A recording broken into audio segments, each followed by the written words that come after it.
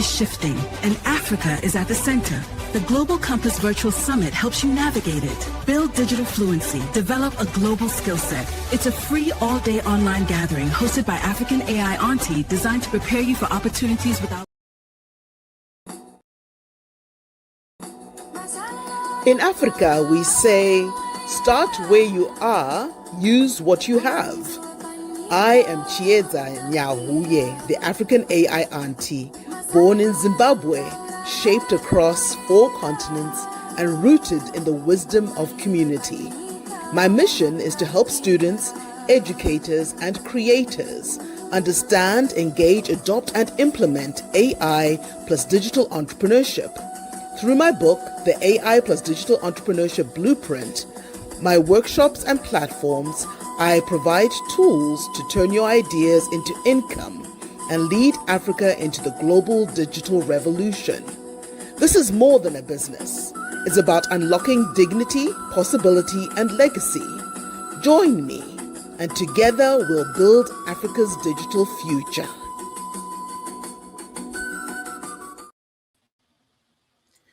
Welcome, everyone. It's good morning, good afternoon. Makadiniko ele bawo ni kedu amesiere memoa aha sinchone njani habari gani salam alaikum dumelang wagwan bon dia bonjour. Welcome everyone joining us from across the African continent and throughout the diaspora. Summit participants, esteemed speakers, and our global community.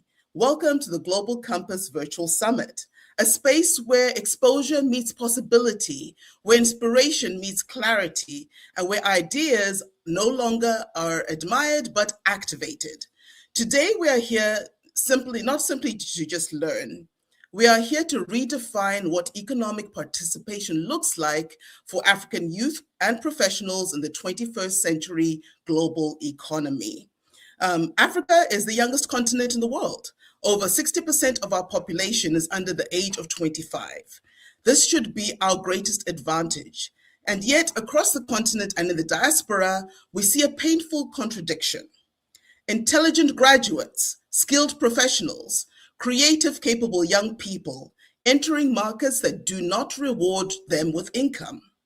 Millions graduate every year with certificates, but too many discover that the system they prepared for no longer exists in the form that they were promised. This is not a motivation problem. This is a talent problem, and this is an economic translation problem. The world of work has shifted permanently, and the COVID era did not introduce remote work, it normalized it. So today, jobs are global, clients are global, services are delivered digitally, and income is earned beyond borders. By 2026, over half of the global work tasks will actually be performed remotely or digitally. This is according to a report that we received from the World Economic Forum. So what this means is that this is something very important. The world is no longer paying only for location and credentials. It is paying for output, reliability, and positioned skills. Africa is not lacking ability here. What we have lacked is access to the map. And so we see this gap between credentials and income, right? Across Africa, we see degrees, diplomas, certifications, yet underemployment remains high. Traditional job markets are saturated. Local economies alone cannot absorb the ambition of millions. At the same time, global employers and international clients are actively seeking support professionals, service operators, facilitators, coordinators, digital contributors, roles that do not require permission but require positioning. And here's the truth that most systems never really clearly say. Education does not automatically create income. Skills alone do not guarantee opportunity. Position skills applied in the right way do. So where does AI fit into all of this? It's not a shortcut, but it's actually as a leverage. Artificial intelligence is not here to replace African intelligence. It is here to amplify it. Across the continent today, young people are using AI, often from a smartphone, to support learning and tutoring. facilitate health information and navigation, assist farmers and small businesses, and provide research, communication, and administrative services. Not as doctors, not as teachers, not as agronomists, but as more as AI amplified service facilitators, people who can translate knowledge into action and earn income by doing so. This summit is not just about tools alone, it's about how tools can become paid value. So, the Global Compass Summit exists to give you an orientation. This is your first pivot from certificates to capability positioning, from local assumptions to global standards, from learning endlessly to activating strategically. This summit is an exposure moment, exposure to how income actually moves globally, exposure to what skills are currently monetizable, exposure to how AI changes who can earn and not just what you know. Our speakers here today will provide perspective, clarity, real world insight. They are here to spark understanding. The Global Compass Summit does not promise instant income or overnight success or push button AI wealth. What it does promise is something more valuable: clarity about where you are and what your next aligned step should be. Because clarity is what turns potential into progress. So today, I invite you to listen with intention, listen not just for inspiration, but for positioning. This summit is not the finish line, it is the map orientation point. And from here, the journey toward income, agency, and global participation becomes intentional, not accidental. So I welcome you all to the Global Compass Virtual Summit. So as we get started, we invite you to share your comments and questions in the chat. We will do our best to address them as each of our speakers presents. And there is a 5-minute Q&A session after each speaker presents. And so we welcome you to keep engaged with us. And at this moment, I'm just going to quickly pause to just check in with my team. I do want to just let you know that I do have a team of people behind the scenes who are helping me. I have my esteemed friend and colleague, Zion, who will be also helping me with some of the background. But, oh, and welcome, Natalie Thomas. Good to see you. Thank you for coming by. And so on that note, it's my pleasure to introduce our very first speaker. And this woman is one of my dear sisters and friend all the way from Botswana. And she is known as the phenomenal Africa STEM queen, Ms. Kim Salikimango, who is a globally recognized EdTech sustainability ambassador, visionary entrepreneur, and powerful advocate for African youth empowerment. From the communities of Khayelitsha to global innovation spaces across Africa and the diaspora, Ms. Kim's work is focused on one mission: turning skills into real economic opportunity. As founder and CEO of EduStore Africa and Destination Imagination Africa, she has impacted thousands of young people through practical STEAM education and digital skills training. Today, Ms. Kim will guide us through practical skills for the digital economy, what global standards look like, and how to position your skills, and how to move from certificates to consistent income. And so I like to take this opportunity for all of us to welcome Ms. Kim Salikimango.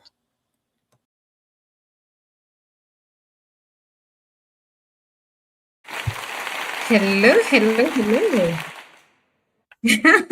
I was actually starting to clap hands for myself. This is quite exciting. And thank you, everyone. A lovely afternoon coming to you live from my beautiful city in Botswana. We call it Gaborone. We're right next to South Africa. And yes, there's that time that you cannot pack it anymore. The moment has come. I thank you, Chiyedza. This has been quite a journey, and I'm so excited to see where we are and where we can look into transitioning from the skills we have, because we know it, especially within the continent. We don't have a shortage of skills. No. What we have a shortage of is the market. So this conversation will guide us onto how can we access that market. Let it not just be we hear about it. I encourage you to come with a pen and a paper because we're going to write. This is intense. It will be short but packaged very nicely. But we're also going to give you some free courses for you to go home and study. So let's look at this.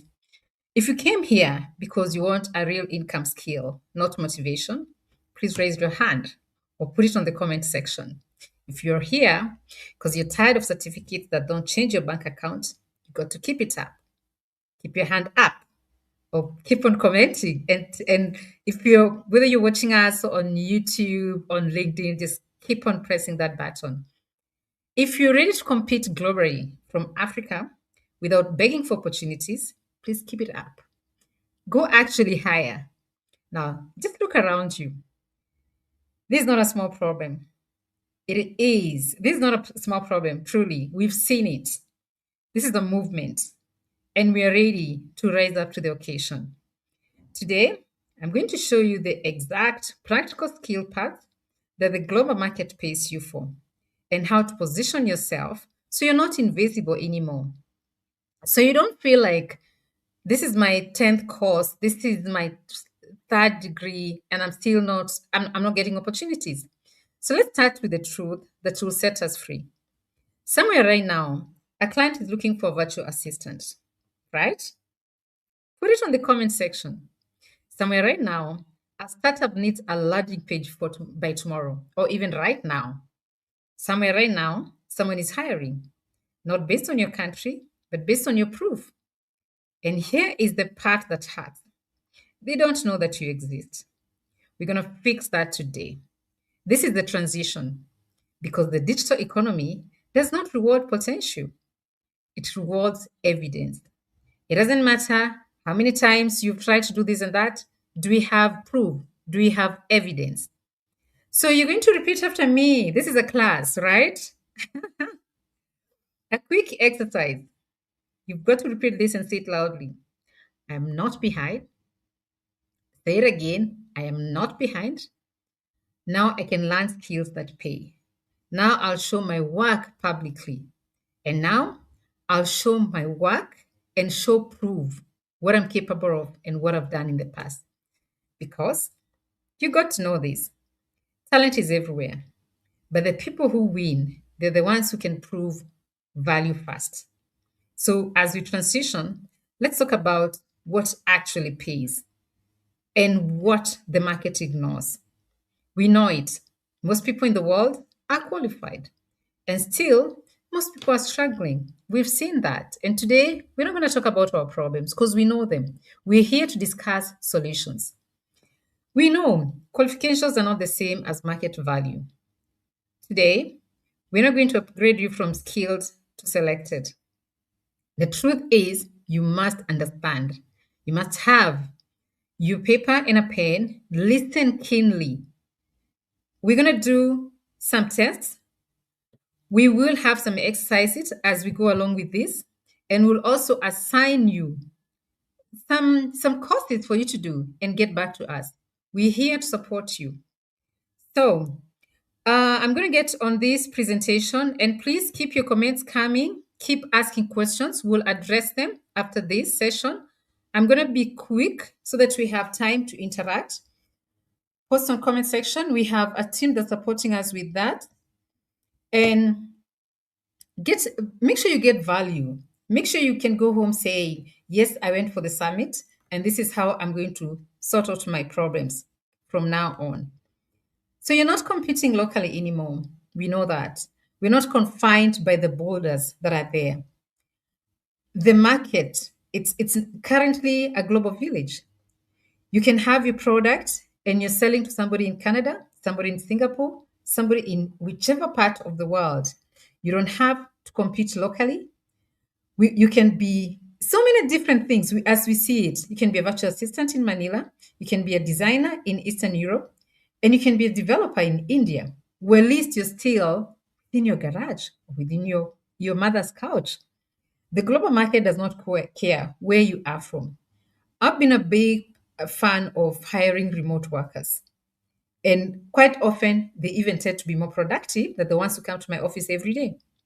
So clients care about speed, clarity, reliability, and results. That's all you need to do. The truth is, the global market does not reject Africans. No, it ignores unclear value. If you don't show up on time, you're not clear, you're not efficient, you're not quick, you're going to miss out. If a stranger saw your LinkedIn today, would they know exactly how you help someone make money or save time? I need you to ask yourself that question because that's one thing we need to fix. Now, let's look at why applications fail. You're not being rejected. You're being filtered out before anyone even sees your potential. And I think right now you know it. I'm sure Dr. Ava, you could chip in and advise me on this. Those some of our experts in the room, as they know it, when we are constantly recruiting, there has been this thing of AI is shortlisting and gets to choose who gets taken. But how are you networking? Are you working on a generic CV, copy paste application that say nothing specific about value, that even AI just picks it and puts it on the at the backside? How is your portfolio?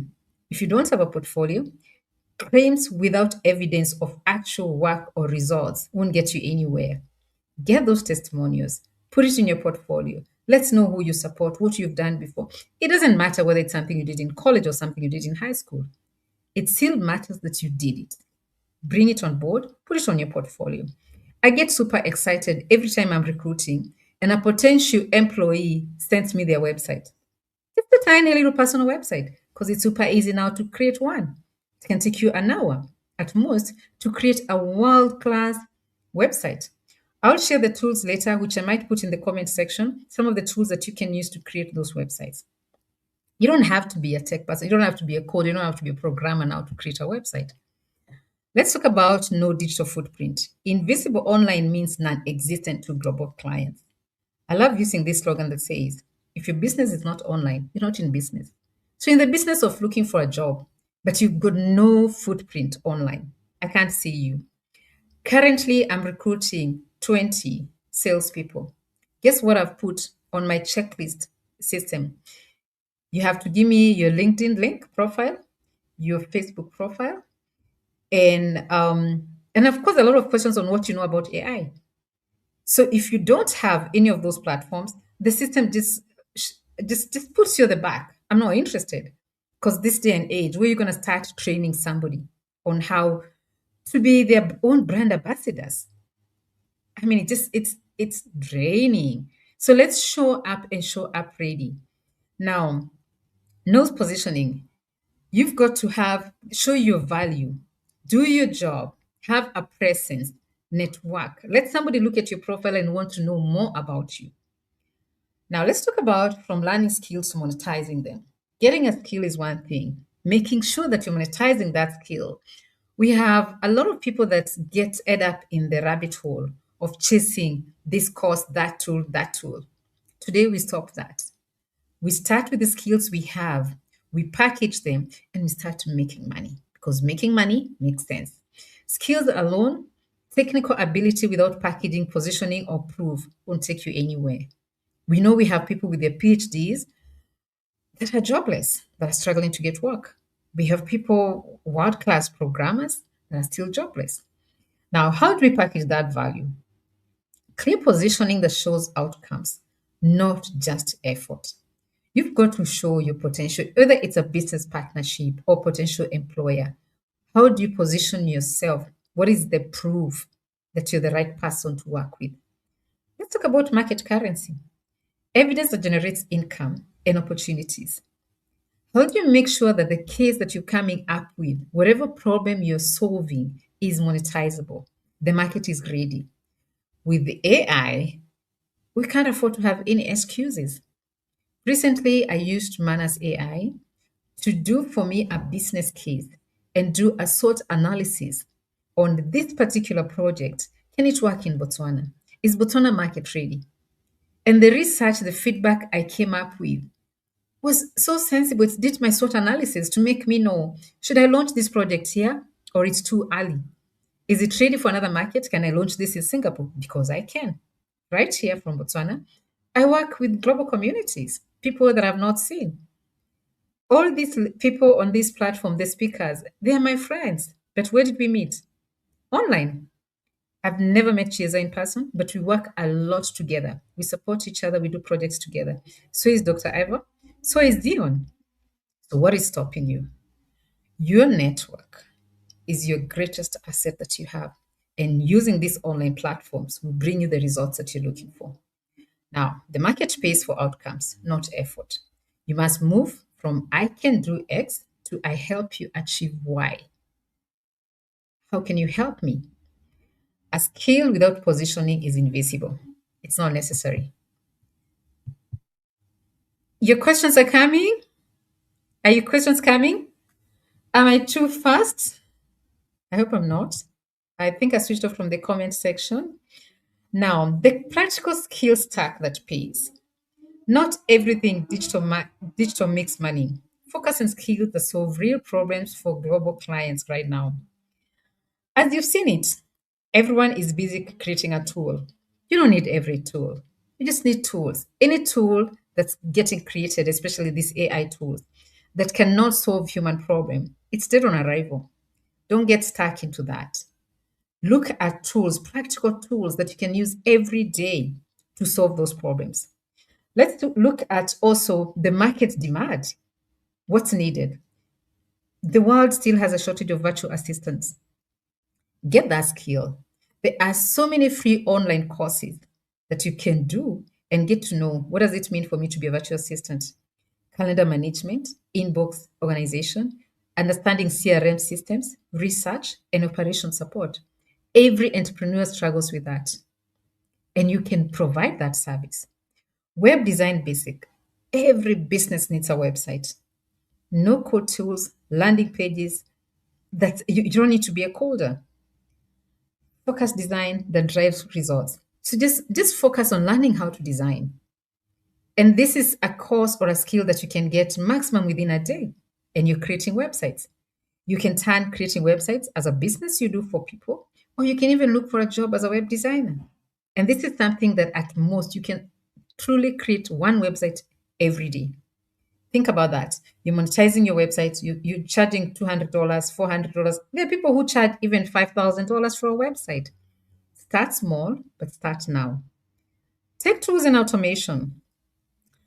The automation accelerates your speed. So your workflows, the AI assistants and systems that save clients time.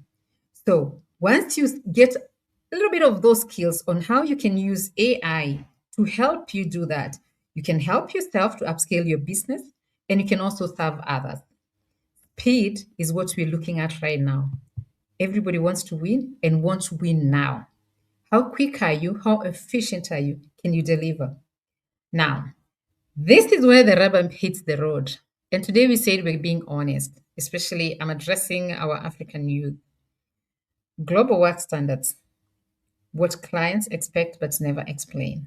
Having had conversations with quite a number of senior level HR recruiters, one of the things that we struggle with is we still don't know how to communicate clearly.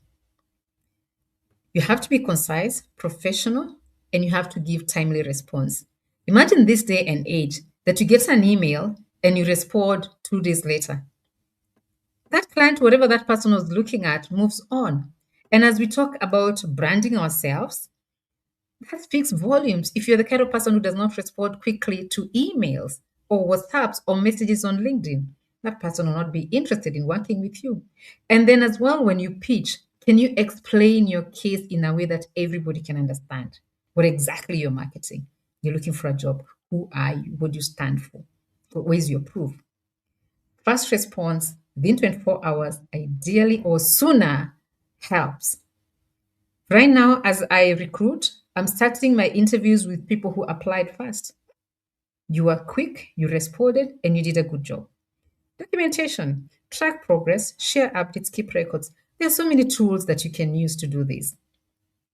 Where constantly, you should always have your portfolio ready.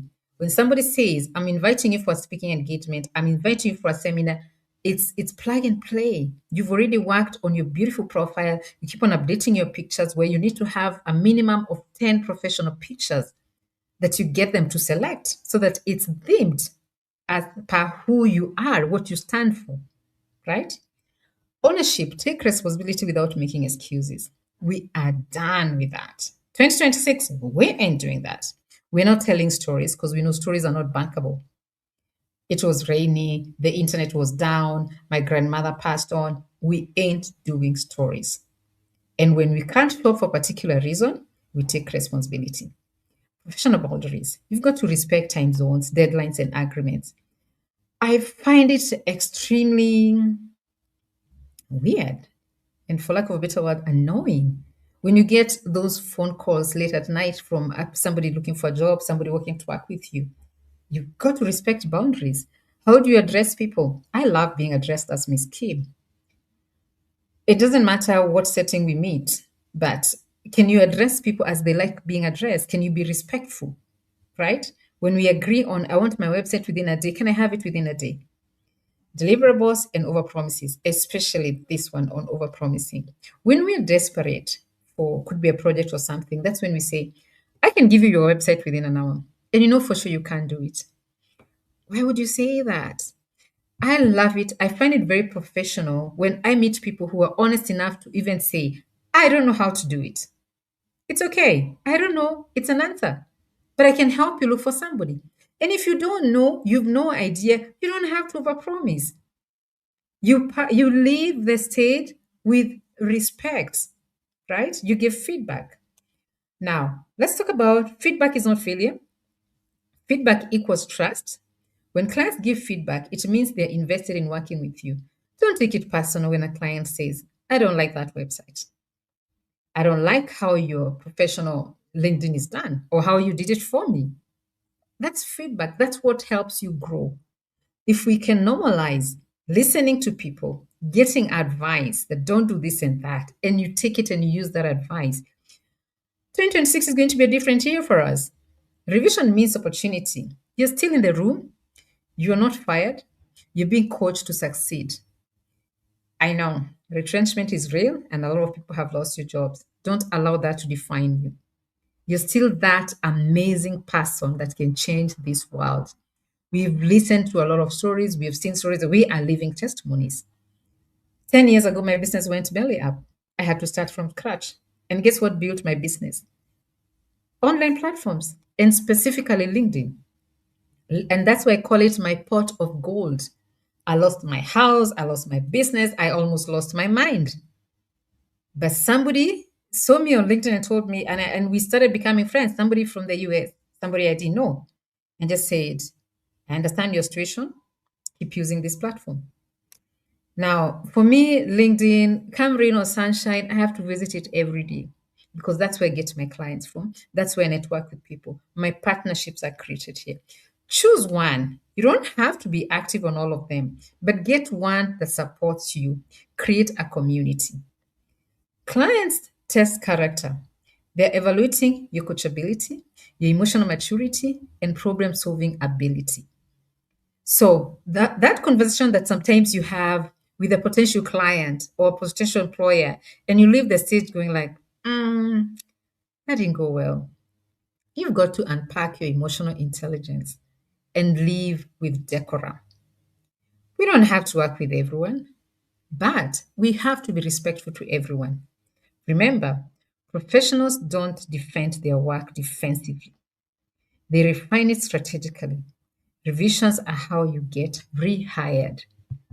There are places you go for some partnership or applying for a job. You don't get the job, but they file your CV because of how professional you are. So, LinkedIn is not a CV, it is a sales page for your service. I call this my most precious real estate. I guard it fiercely. I'm particular how I engage and who I engage with and what I post on my platform. Most Africans use LinkedIn passively, treating it like a static resume. Winners share their work, share their thinking, and share their results consistently. You don't need to go viral. You need to be clear, consistent, and visible to the right people. If you're invisible online, you're unemployed globally. I remember some years back, some of my staff members told me that LinkedIn is the Instagram for adults. Put it on the comment section if that's what you think, if you agree with me. Apparently, this is where we come to show off, talk about our success and stuff like that. And I don't see anything wrong with it. But guess what works for me? Authenticity.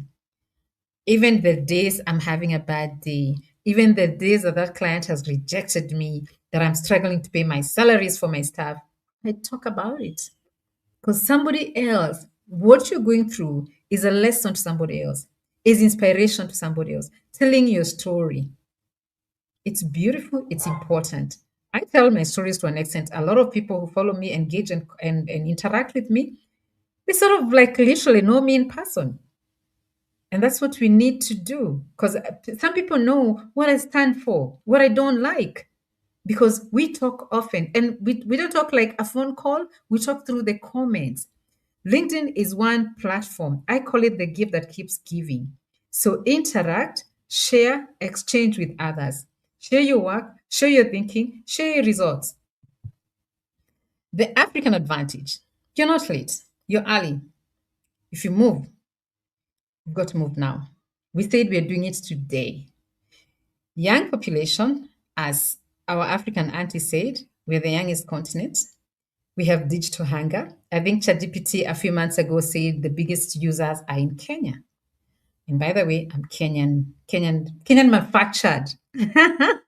I'm Kenyan manufactured. And then the panel beating has been done in different parts of the world. And I think most of it has been done in Botswana. Global demand. International companies need reliable, skilled remote workers desperately. Let me talk about my space. Currently, just in the cybersecurity space, globally, we have a shortage of 5 million workers, skilled workforce, 5 million. And I'm certain there are people sitting somewhere with a very nice, polished CVs. They've not even tried to apply for that job. In Africa alone, we have a shortage of 1 million. And guess what? This number is rising every day. So opportunities are there.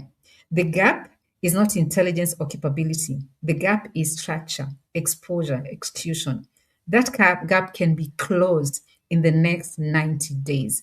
So we're putting a 90 days challenge, knowing that the digital economy does not need permission. It needs participation. You're going to show up. You're going to clean that CV. You're going to clean that LinkedIn.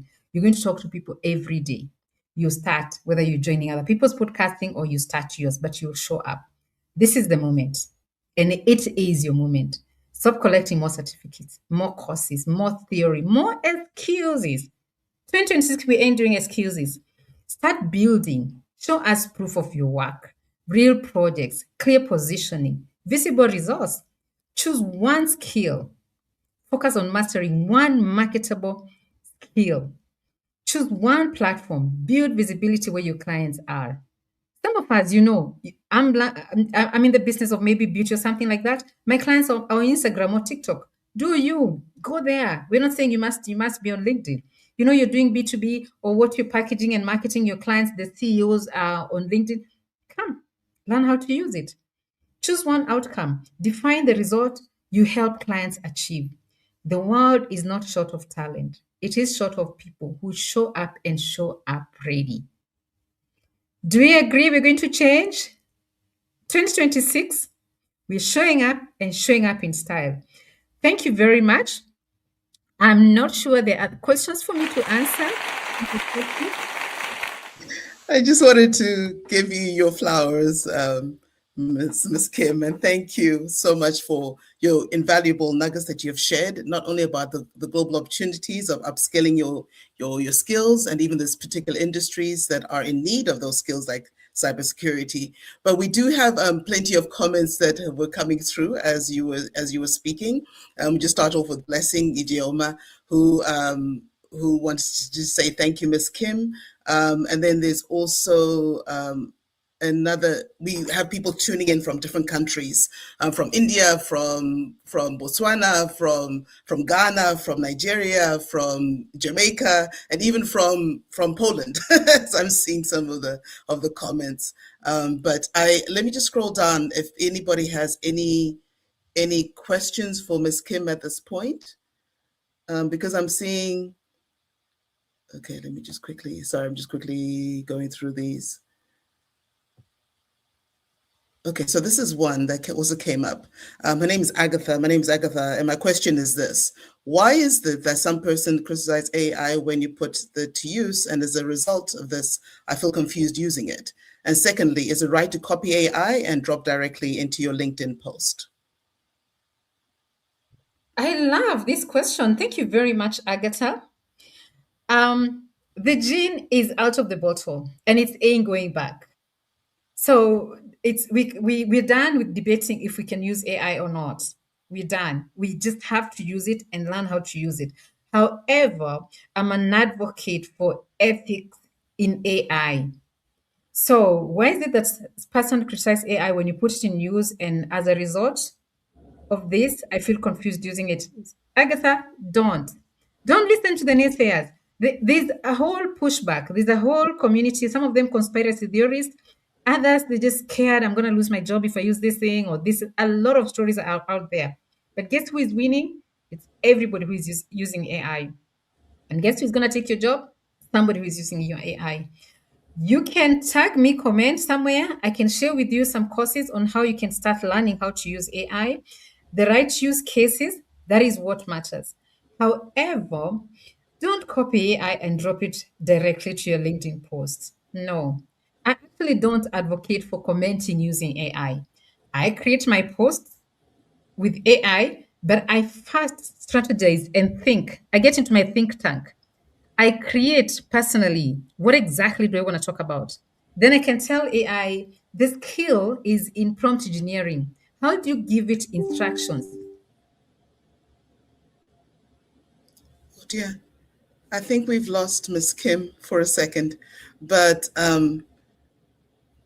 yes, I will be putting more information about Miss Kim in the in the comment sections. She'll be able to, you can connect with her or directly on LinkedIn, and I will just keep things moving forward. But just want to thank her in the meantime as I move her off the stage and we continue with the program. Um, so so at this point, I know I'd miss doing some more welcomes because there are plenty of people who are joining us from different countries. And so just wanted to mention a few just to say thank you all for coming by. Our sister Charito, who's coming. Good morning, everyone listening in from the Philippines. And then we're also getting another one, Tena, who's saying, I'm not behind, I'm learning. She's tuning in from Nigeria.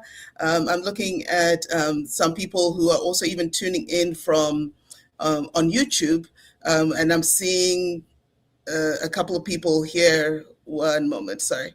Yeah, I'm seeing Monica, who's tuning in from saying Dzień dobry, good morning. I understand that's Polish. And there are plenty more. I know I can't get to everyone because I just need to keep in line to keep with the program. But our next speaker was supposed to be Zion, but he seemed to have slipped off. So I'm actually going to bump it up to keep the program going. One moment. Sorry, I need to. Okay, I'll move this. Okay. So, Dr. Ava, looks like I'm going to have to bump you up early because Zion seems to have moved on. So one moment, I'm just going to introduce our next esteemed speaker. And this is a dear friend who is also my business doula coach. And it's my pleasure to introduce our next speaker, who is Dr. Ava Eagle Brown. Dr. Ava Eagle Brown is a globally sought after leadership strategist, public speaker, and cultural intelligence expert whose work has impacted more than 500,000 people across 23 cities on 3 continents. She has shared international stages with icons such as Tony Robbins, Les Brown, Eric Thomas, Nick Vujicic, Kuba Kalinske, who's also one of our speakers for today, and Lisa Nichols. Trusted by world-renowned organizations such as Google, HSBC, Citibank, Royal Bank of Scotland, and AstraZeneca, as well as national governments in the Caribbean. Dr. Ava is known for her strategic clarity, powerful storytelling, and ability to move audiences from insight to action. She's an international best-selling author, corporate trainer, DEI advocate, and former advisor to the Parliament of Jamaica, where she supported community development and leadership initiatives in the national level.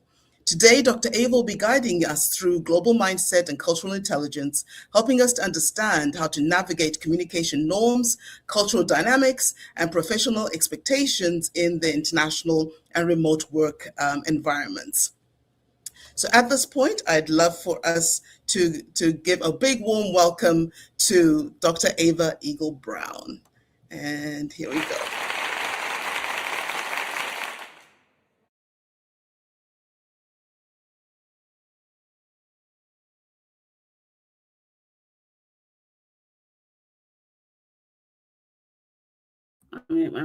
Good afternoon, everyone. Thank you so much, Chiyedza. Thank you, Miss Kim. Hi, everyone. Dzień dobry. As you can tell, I love Poland. I hope you guys can hear me. Can I have a thumbs up or a hello in the comment so I know that I'm being heard? I'm going to wait on that because sometimes I know that we speak on stages and no one can hear us. So please let me know that you can hear me loudly and clearly. Thank you so much. Miss Kim has done a beautiful presentation, and I have to pause before I even start speaking to say to Chiyedza, happy birthday. It was her birthday recently, and I have to say happy birthday. But also just to say, this has been a phenomenal event, and it is so great to have put this together. Guys, it is such a great event that I know that so many persons, can you turn off the pipe, please? That so many persons across the world have been coming in. I see Ghana, I see Poland, I see Nigeria, and so forth. And so today, my presentation is going to be about global mindset and cultural intelligence. Let me put it out there very clearly and squarely that I employ a number of persons from Nigeria. I employ a number of persons from Africa. And for those of you who don't know, I was married to an Igbo man from Nigeria. So I have a half Igbo son. And I'm always big on working with my own. However, I've had some of the most challenging situations in working with my Nigerian staff. I still have them, but it took me about 2 years to find rhythm.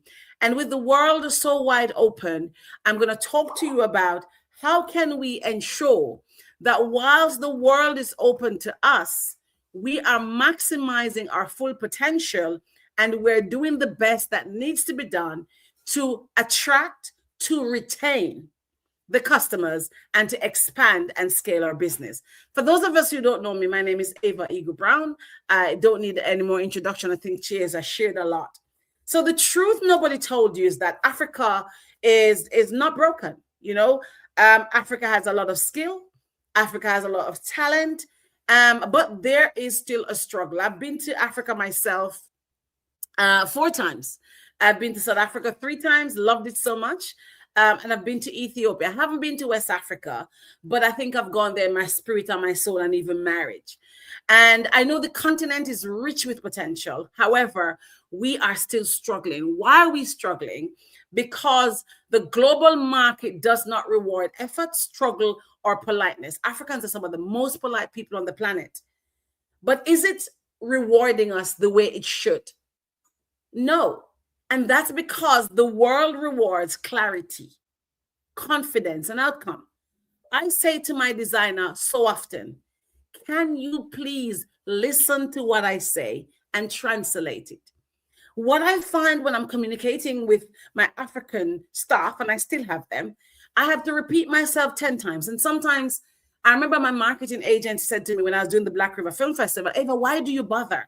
I bother because I care.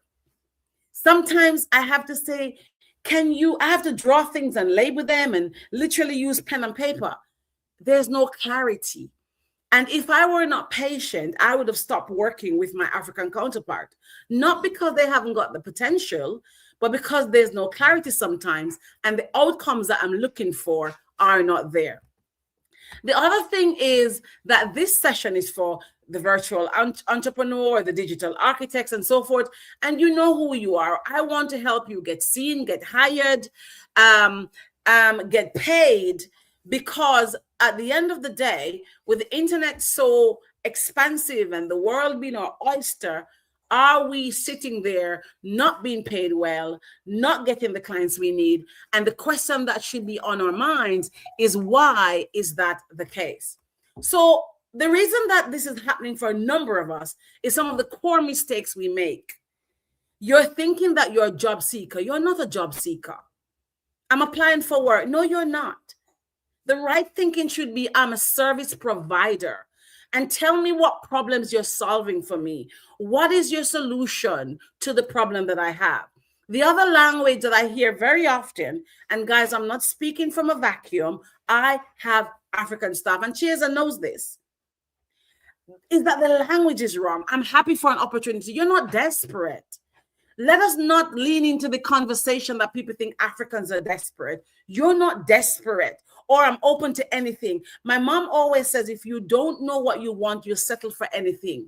So let us pivot that language to, I help. Tell me what you do for me. I help founders streamline opportunities, streamline operations, and I reclaim 10 hours. Everybody wants to know that you can solve the problem that keeps me up at night. That's what is really important. Every person wants you to help them solve what keeps them up at night. So global clients hire problem solvers, not helpers. So if you're in the helping mindset, I need you to change. The mindset that you need to be practicing is one that a lot of us are not doing. Don't tell me you work hard by managing emails and calendars. I don't want to hear that. I can use a lot of software tools to do that. Let me understand that you're going to implement an inbox and a calendar system that's going to reduce response delays by 40%. Because a lot of companies globally, in the US, in North America, in Europe, that's what we're looking for. We're looking for you to help us become more customer centric. So don't tell me that you work by managing emails, but how can you reduce? Give me the results you bring. So you need to be solution orientated, because effort is invisible globally and results are what people are after. I can't say this enough. And throughout my talk, I'm going to be telling you this. You need to show the results. So the cultural intelligence around communication, sometimes it's too soft. And when I say too soft, it's not about the tone, like you're not shouting. No. Don't say sorry to disturb you, or just checking if you had time to look at my message. Don't run me down, because if your email and your message was strong enough, I'm going to look at it. So the right thing you need to be saying is, following up on my last message, Dr. Brown, from Monday regarding our next steps. Sound professional, sound purposeful, sound as though you know what you're talking about. Command your communication. That is really important, because soft language feels respectful locally, probably in Nigeria, probably in Ghana, probably in Jamaica, but globally it feels so uncertain. And my staff do that a lot. And sometimes I say to them, and I coach them as well, you're not here looking for something. You're here telling me that you have a solution for me. Let me feel that. Now, time zone is one of the most annoying things that I have with the staff I work with globally. I have people in the Philippines who work for me, and I don't have that challenge. And time zone is something that I got so frustrated in my last Black River Film Festival, because my designer kept saying, oh, I got the time zone wrong. No, you don't miss a meeting because you got confused at the time zone. Because if you were professional, if you are ready for global architecture work, if you are ready for global business, then you will understand that you should be converting all your meetings to local time, and you are going to make sure that you are within my time zone. So you're not going to be out there doing stuff like that. You're going to say, Ava, I've converted all my meetings to your local time, to my local time, because you're doing business with me, and you'll confirm 24 hours ahead. I'm in London. It's 8. I'm in London now. It's let me tell you what time it is. It's 1:49 p.m. This event was going to be in Eastern Standard Time. I was here half an hour early because I'm really serious. I show up for business. I show up to deliver. So time discipline equals trust. Trust equals repeat work. It equals retention. And most of us don't seem to understand that we're in this because we want to be retained. We want repeated customer. Chiyedza may know this phrase. I use it very often with my clients: rinse and repeat. So pricing and confidence is the other thing. Money is a dignified conversation, whether it's with your partner, whether it's with your clients and your children. I don't care. We talk about money with confidence. So the wrong conversation to have is, oh, my rate is low because I'm from Africa. Don't you ever do that. Don't you ever show up to a meeting ill-prepared with pricing. I can adjust to whatever you can afford. My team tells me that all the time. Oh, just you decide the price. Hell no. You don't decide the price. So the right thing is to say, my rate reflects the systems and results I deliver. Show me why you are worth what you're worth. But do not just tell me about your worth and don't deliver. And that's a problem I have. I pay for stuff and then the deliverables are just disappointing. You're not going to get repeat customers from that, because if your deliverables do not match what you came and told me in the meeting, then you're going to lose business and you give a bad name to the other persons on the continent who are vying to get work. So global clients do not respect cheap. We don't. They respect clear value in the deliverables that you promise. Is very, very important. The other thing I want to talk about to you, which is so important, is gender roles, culture, and visibility. The first time I spoke to, 2 years ago, the first time I spoke to working with some persons in Nigeria on a particular project. So I've been working with Nigerians for years, and I use my Nigeria particularly because my ex-husband was from there, and my son is half Nigerian. And I remember being in the meeting, and because they were males, we literally clashed. I understand that Africa has the cultural nuances and the cultural things, and I respect them. But equally, the rest of the world have their own culture. So when you show up in a meeting, you have to remember now that we have to have what we call global compass. You have to know that when I used to sell the yellow pages, or when I used to work in shipping, and I'm dealing with somebody in the Middle East, I had to understand that as a woman, as female, and I'm dealing with male, I had to show up a particular way. When I was doing business with Captain Chowla in Japan, I had to show up a particular way because global compass is very important. So gender roles are very important.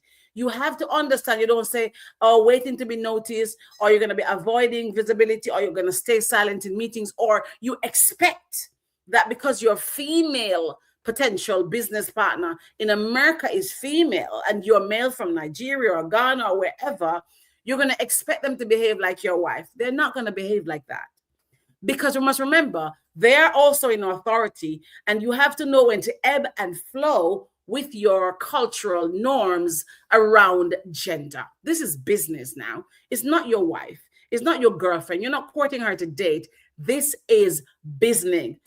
So you have to start understanding how to speak, how to ask questions clearly, and when to ebb and flow. Because trust me, there's a guy who made a website for me for Sister Hold My Hand. I literally don't even do the website anymore because he was so hell-bent on, I'm an African man. I understand you're an African man, but I'm not looking to marry you. So that's really important. And silence says you're incompetent. Visibility says you've got leadership, potential, and clarity. LinkedIn and platform positioning, not just LinkedIn. So when you're doing global business, LinkedIn cannot be your only platform. How many of us have seen people on LinkedIn get taken off? Especially now with AI being what they're using, you can just say the wrong thing or you have the wrong show up. I gather that if you have 16,000 views or you have 10 comments today and your next post has 2, I don't know, I can't confirm. LinkedIn starts to look at stuff like that. So your platforms need to be more than just LinkedIn. You need to create your own platforms because you don't own social media. You don't own LinkedIn. You don't own Facebook. You don't own any of these platforms. Any day you do something that goes against their guidelines, in their eyes, they can get rid of you. So I encourage you to create your own platforms, your own space that you own and monitor and is in your control. So LinkedIn is the other place that the wrong headline, virtual assistant, hardworking, reliable. Yes, you are a virtual assistant. Yes, you're hardworking. Yes, you're reliable. But how do you position that? Do you say virtual assistant for founders? Who do you work for? I don't know. Are you systems ops and time freedom? Do you offer me location freedom? Do you offer me time freedom by working with me? So you need to start thinking about your LinkedIn profile and ask yourself, when I look at your profile, am I seeing you solving my problem? So a list of tasks. I don't need to know the list of tasks right there and then, but I want to know the problems you solve and the outcomes you deliver, because so often we get that mixed up. Now, if you're digital architects and you're tech professionals, I know many tools. I don't want to hear that, because you're a jack of all trade and, a professional of none. Tell me I design back-end systems that reduce operational chaos for remote teams. That's what I want to know. I want to know what you bring to the table. And we're saying the same thing, just the language is different. So you need to understand that tools don't sell, but outcomes sell. And I know every slide I do, I talk about outcomes, because ultimately what we are aiming for is outcome. You have to network without desperation. You're not desperado. You're not a woman or a man in distress. Please help me find work. Please give me the contract. You're not begging for opportunities. You're telling opportunities, this is what I can do for you. So the right way to network, guys, is I help businesses solve X problem. Happy to explore our alignment. You may not be aligned with everybody. Not everybody's money is what you need to take. Not every money carries blessings and overflow. So you need to understand how to explore alignment. Not everybody is great to work with. Not because the person lives abroad and they have US dollars or pounds or Canadian, whatever, means that they're the right alignment for you. So when you network with intentionality. Be sure of why you're there, what you're there for, and don't just hide in a corner because you are African or because you are from the continent. Show up and shine bold, unapologetically, and non-negotiably. So networking is not begging. It is positioning. And when you understand that, every room you walk into and every client you're put in front of, it's a potential for you to convert, but you deserve to be there. Until you understand that, you're going to keep doing that. So my key takeaways, and I know time is winding down, is that you must speak in outcomes, not effort. Be direct, not apologetic. I am so bold ass, badass, and unapologetic. I don't even understand this sometimes. But I'm somebody who failed English in high school and could hardly speak. And for a long time, being Jamaican and being Black were things that I was cowering for. And now I come to London and I don't care. I am bold. I'm emboldened. State your value confidently. Master time zones. Really importantly, position yourself as a problem solver. I am here to help you do X. Leave it with me. Trust me, I will deliver Y. Show up visibly, guys, and own your space. Own your work. Embody all of who you are and who you be in the world, in parentheses for effort, for emphasis. I know it's wrong, but show who you be. Own your work. Show up visibly, confidently. Price based on value, not your location. Network from a position of strength. Embody who you are. Optimize your LinkedIn for outcomes. Demonstrate cultural intelligence, not just emotional, but cultural intelligence. My final charge to you, my brothers and sisters and friends and potential partners and colleagues, being African is not a limitation. I consider myself African. I'm a Black woman. And I think once you're Black, you're African. I was born in Jamaica, but I'm an African girl. So it's not a limitation. I have a speech impediment. I bet you didn't know, because I use my deficiency as proficiency. Use your limitations or your deficiencies and make them proficiencies. But failing to translate your value globally is a limitation. If you cannot communicate your value, you have failed. When I went to Jamaica and I decided to go into politics, I understood that it was nerve-wracking, but I also had to talk to myself. I had to invest in myself. And today, as Chiyedza does this program, she will be sharing opportunities for you to deep dive further in developing your skills. Investing in yourselves is very important. And no, don't start doing the self-taught that because I'm African, I don't have it. That's the wrong idea. From today forward, stop sounding grateful. I'm not saying gratitude is not important because it's the highest form of praise, but stop shrinking your expertise. Start speaking into outcomes. I am capable of, my companies offer Y, I can reduce by. Start changing your language and watch how your global mindset and your cultural intelligence grows. If you want to connect with me in any way, please do so. I'm all over social media. I'm not always on LinkedIn, but because I have my own website and stuff, but I'm so happy and glad that you turned up. And here's what I want to say to you. If you have a friend that did not come to this event, make sure that you get the bundle that will be shared from here after this event for them to get it. Because I know my friend Kuba and Dr. Amaka and all the other speakers have got so much to share. Make sure you remember that you are enough. You are more than enough. And the only person that can stop you is you. And here's the last point I want to share with you.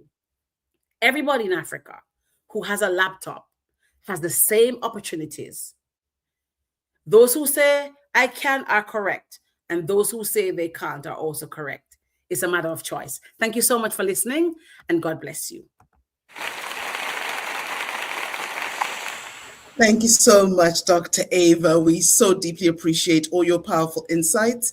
We just have one over here. Says, thank you, Dr. Ava, for sharing your insights. In today's world, cultural intelligence is not just a nice to have, but it's essential to navigate all areas of work. And there was another one who had a question up here, which is from actually Thomas. Dr. Ava Eagle Brown, you're right. We must do pre-meeting work and manage our time, CRM, and continued operational development. I know we have maybe about 2 or 3 minutes before I introduce the next speaker, but I wanted to see if anyone has any questions. You're welcome to drop it quickly so that Dr. Ava could answer them. If we have any questions. I think I saw another one. Great presentation for being international. Okay, I was just checking all the different comments, Dr. Ava. But if anything, I'm honored to have had you as one of our speakers today. I deeply appreciate you. And I know I'm keeping things moving as the session goes. But if you have one last comment that you'd like to say to encourage our audience, and then I'll... Absolutely. I want to say to you guys that, it is time to own your space. The world is your oyster. There's a time when Africa was technologically closed. You have so many opportunities now. There's no longer the need to fly to America to get a degree, or fly to North America or Europe. You can sit in your backyard these days, create your own business, literally AI tools, all of that. So there's no longer any excuse for not making it, because everything, look at where you are. You're in your living room. You could be in an internet cafe in Nigeria or Ghana or Sierra Leone listening to this. That is to show you that your voice has there's something to carry your voice further, and only you can decide. It takes choice. So don't sit there and say, I cannot, because you have every resource you need. And network and be in integrity at all times, because those are some of the, when I worked in the bank in Victoria and London, one of the things that when an African passport came into the bank, we always had to bring it to the back. Let us stop that. We don't need to do that anymore. We are going to show the world. And I said we because I'm putting myself in it. I'm African. We're going to show the world that we are emboldened and we have got some of the best people on the continent. Nigeria has some of the best resources in the world. Let us show up and shine and claim what is rightfully ours. The world is our oyster, and we can shift the trajectory of our great continent and the way the world sees us. That's all I want to say. Thank you so much. Thank you so much, Dr. Ava. We deeply appreciate you and for all your powerful insights. And where can people find you? Where would you like people to connect with you? So guys, I'd love you to find me on Instagram or LinkedIn and, reach out. I'm not on LinkedIn as much because LinkedIn has become a little bit like Facebook for me, a hospital, and I'm just not there as much, but I'm still present.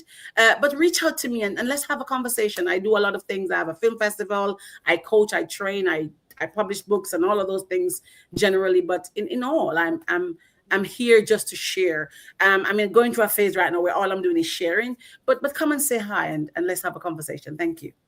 Thank you again, Dr. Eva. So I'm moving on to our next speaker, and I'm deeply honored to present our keynote speaker, who's Kuba Kalinski. And he's an entrepreneur, an investor, a transformation trainer who helps high potential professionals move from trying harder to operating better. Kuba's journey spans over corporate strategy, large-scale entrepreneurship, and deeper inner work. As the founder of Macmillion, he has led teams behind projects worth hundreds of millions in value and worked with hundreds of investors. Today, as a trainer in the Tony Robbins Global Organization, he works with leaders and entrepreneurs to raise their inner standards, manage energy instead of time, and build the kind of reliability global teams and investors trust. In this keynote, from local talent to global operator, Kuba challenges a common myth that talent alone is not enough. With clarity and practical insight, he shows what actually differentiates global operators, which is focus, execution, leadership presence, and consistency, and how all of these are built through identity and habits and energy management. So this session is for anyone who's ready to step up into the global level performance, and not by just doing more, but by operating at a much higher level.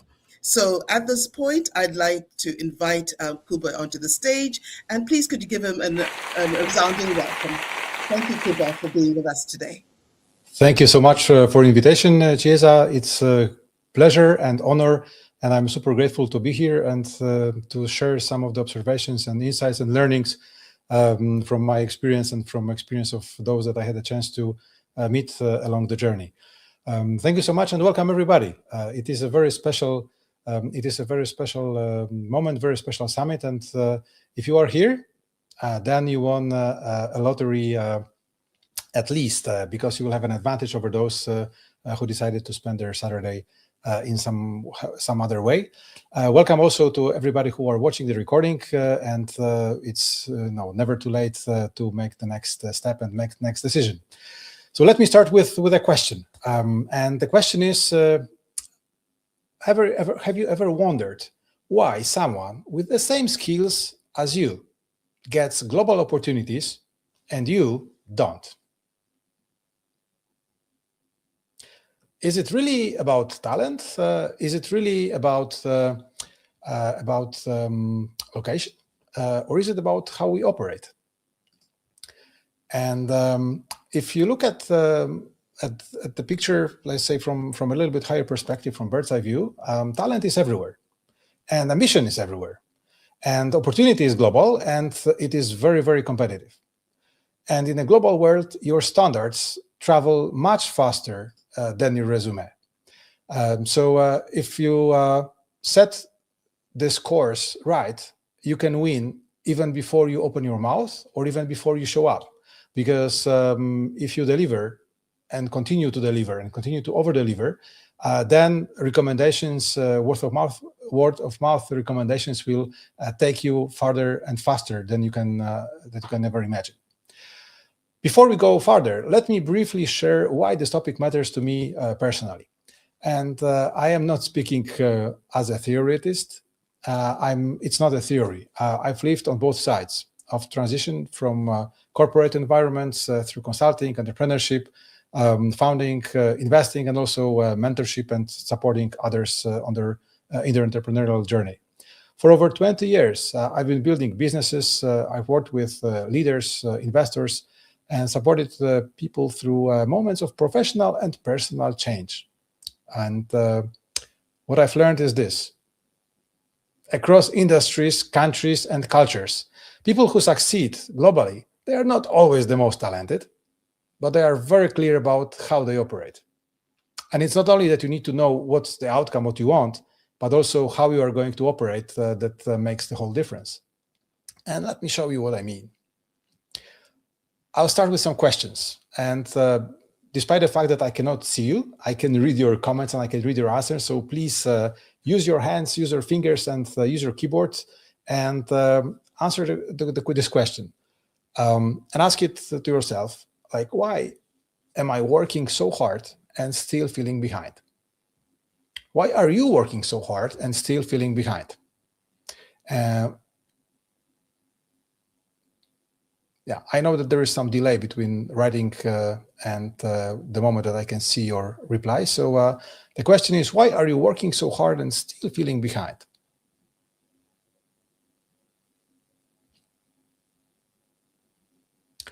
Why does productivity advice stop working at a certain level? You can work more and more, and it does not guarantee that you will get better outcome. It doesn't mean that you will make more money. It's because, like Dr. Eva mentioned, the world pays not for hard work, but for the outcome today. And it's more about working smart, not hard. And, if you look at this from another perspective, time is fixed. Everybody have 24 hours. What is different and what is expandable is the energy. And the energy is expandable and it is decisive. Hustle without standards leads to burnout. And there are so many entrepreneurs, so many business owners who are burned out, who are tired, and who are broke. And there are very few who are rich and who have their purpose and who have their vision. And burnout is not a workload problem. It is an operating problem. How do I know this? I learned it a very hard way. So another question or writing exercise for you. Please write down one area of your work or life where you feel constantly tired, scattered, or frustrated. So one area of your work or life where you feel constantly scattered, drained, tired, or frustrated. Where is your energy leaking out right now?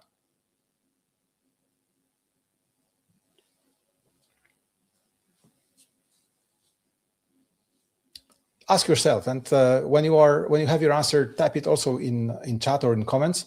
I would really love to hear from you. Thank you so much for all the answers and comments that we had before. In overworking myself, positioning is one of the problems.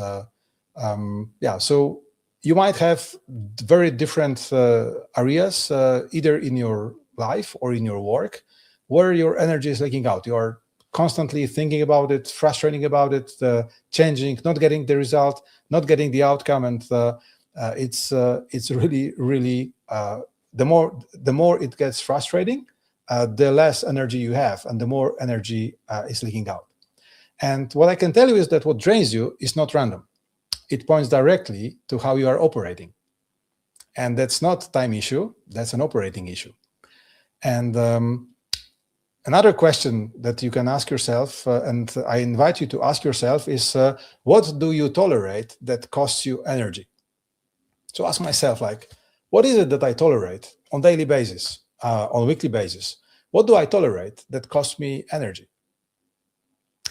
What standards do I live by when no one is watching? Are you really the best version of yourself? Or not yet? When you look at this, what's happening in the outer world, it's the reflection of what happens inside, what the inner standards shape. And if you look at work, business, and running any kind of enterprise or any kind of activity, those inner standards, they shape preparation, they shape communication, they shape follow through. And what is important is that standards are not goals. They are not what you decide you want to achieve. They are not what you want to get accomplished. Standards are behaviors. And they are behaviors that you express and that you show every single day on constant, predictable basis. And what is important to know is that your energy collapses when your standards are unclear or where you do not have any standards. Because many entrepreneurs, they start their business from optimism, from willingness to make more money, from willingness to have more time. But at the same time, they very often do not know how to run the business. They do not know what customers want until they start talking to them and until they hear from them if they ask right questions. So they are, overly optimistic, and at the same time, they put a lot of energy on things that they think will make a difference, and very often they don't. It makes a huge difference if you can get some experience from those who already walked the path, get some knowledge from books, from videos, from coaches, from mentors, from trainers, and learn using their mistakes and their experience, not yours. Because you can make million mistakes, and it's very likely that before you even manage to make all the mistakes, your energy might be, at a critical level, and you might not be willing to continue. So just give yourself a gift and use the energy that you can easily take advantage of. So, have you ever confused being busy with being effective? Raise your hand, even though I can see you, and type 1 in chat if you have ever confused being busy with being effective. And am I saying yes? Maybe too often to prove my value. Am I agreeing to some proposals that come from outside, and I'm just not assertive enough to say, no, thank you. This is not where I can allocate my time best. I used to work in the corporate environment. I started actually my corporate journey at the early year 2000s, 2001, 2002. And I've been to Africa a number of times. And my first project was in Africa, in South Africa. Less than 1 week after I graduated from university, I was already on the plane to Johannesburg, South Africa. And I came back to Africa a number of times for work and also for travel, for experiences. There are still so many places, so many more places that I would like to visit. But I worked in pharma, I worked in media, and I was, on paper, I had very good career. Progress, security, decent salary at that time. And in reality, I was very often frustrated. I felt internal resistance. There was some politics, slow decisions, and I was working hard, but I felt constrained and drained a lot of time. And I realized that working without that effort without fulfillment is not really growth. There was huge mismatch between how I operated and who I wanted to become. I had very high ambitions, and it was not the same as high performance. And I realized that discipline without standards leads to exhaustion. And you don't want to be exhausted. It's not fun. How many of you know how it feels? Yeah, thank you. So if you look at this from another perspective, it's like I wasn't really failing because I lacked discipline. I was failing because I had no operating standards. I had to learn them. I had to impose them. And if you look at a specific energy loop, then you will see, first of all, that standards shape the energy. And the higher the standards you have, and the more specific you are about protecting and guarding and building up your energy, the better it is for you, and the better it is also for the business. And also, if you look at where the energy comes from, where do my results come from, and what does actually mean to control my energy in the long run, then I would love you to invite you to take a look at the specific model that explains how it works. Everybody are focused on the results. If you are talking about goals, setting goals, it aims at getting specific result. But there's a sequence that you need to take care before you get the results. And results, they come from action, they come from energy. The more energy you have, the more action you take, the better and faster results you get. But then in order to have energy at a higher level, you need to make sure that you have right habits that build up your energy, and no habits that will drain your energy. You might have, as you know, the habits, they are just there. We get them from our parents, from our grandparents, from family, from school, when we are small kids. Very often we are not even aware, and we are not cautious enough. And most of the habits, they develop before the age of 5 or 6. And you don't even remember when you are a grown-up. And you might have very destructive habits like drinking alcohol, smoking cigarettes, drinking some sugar-rich liquids that do not do any good to you.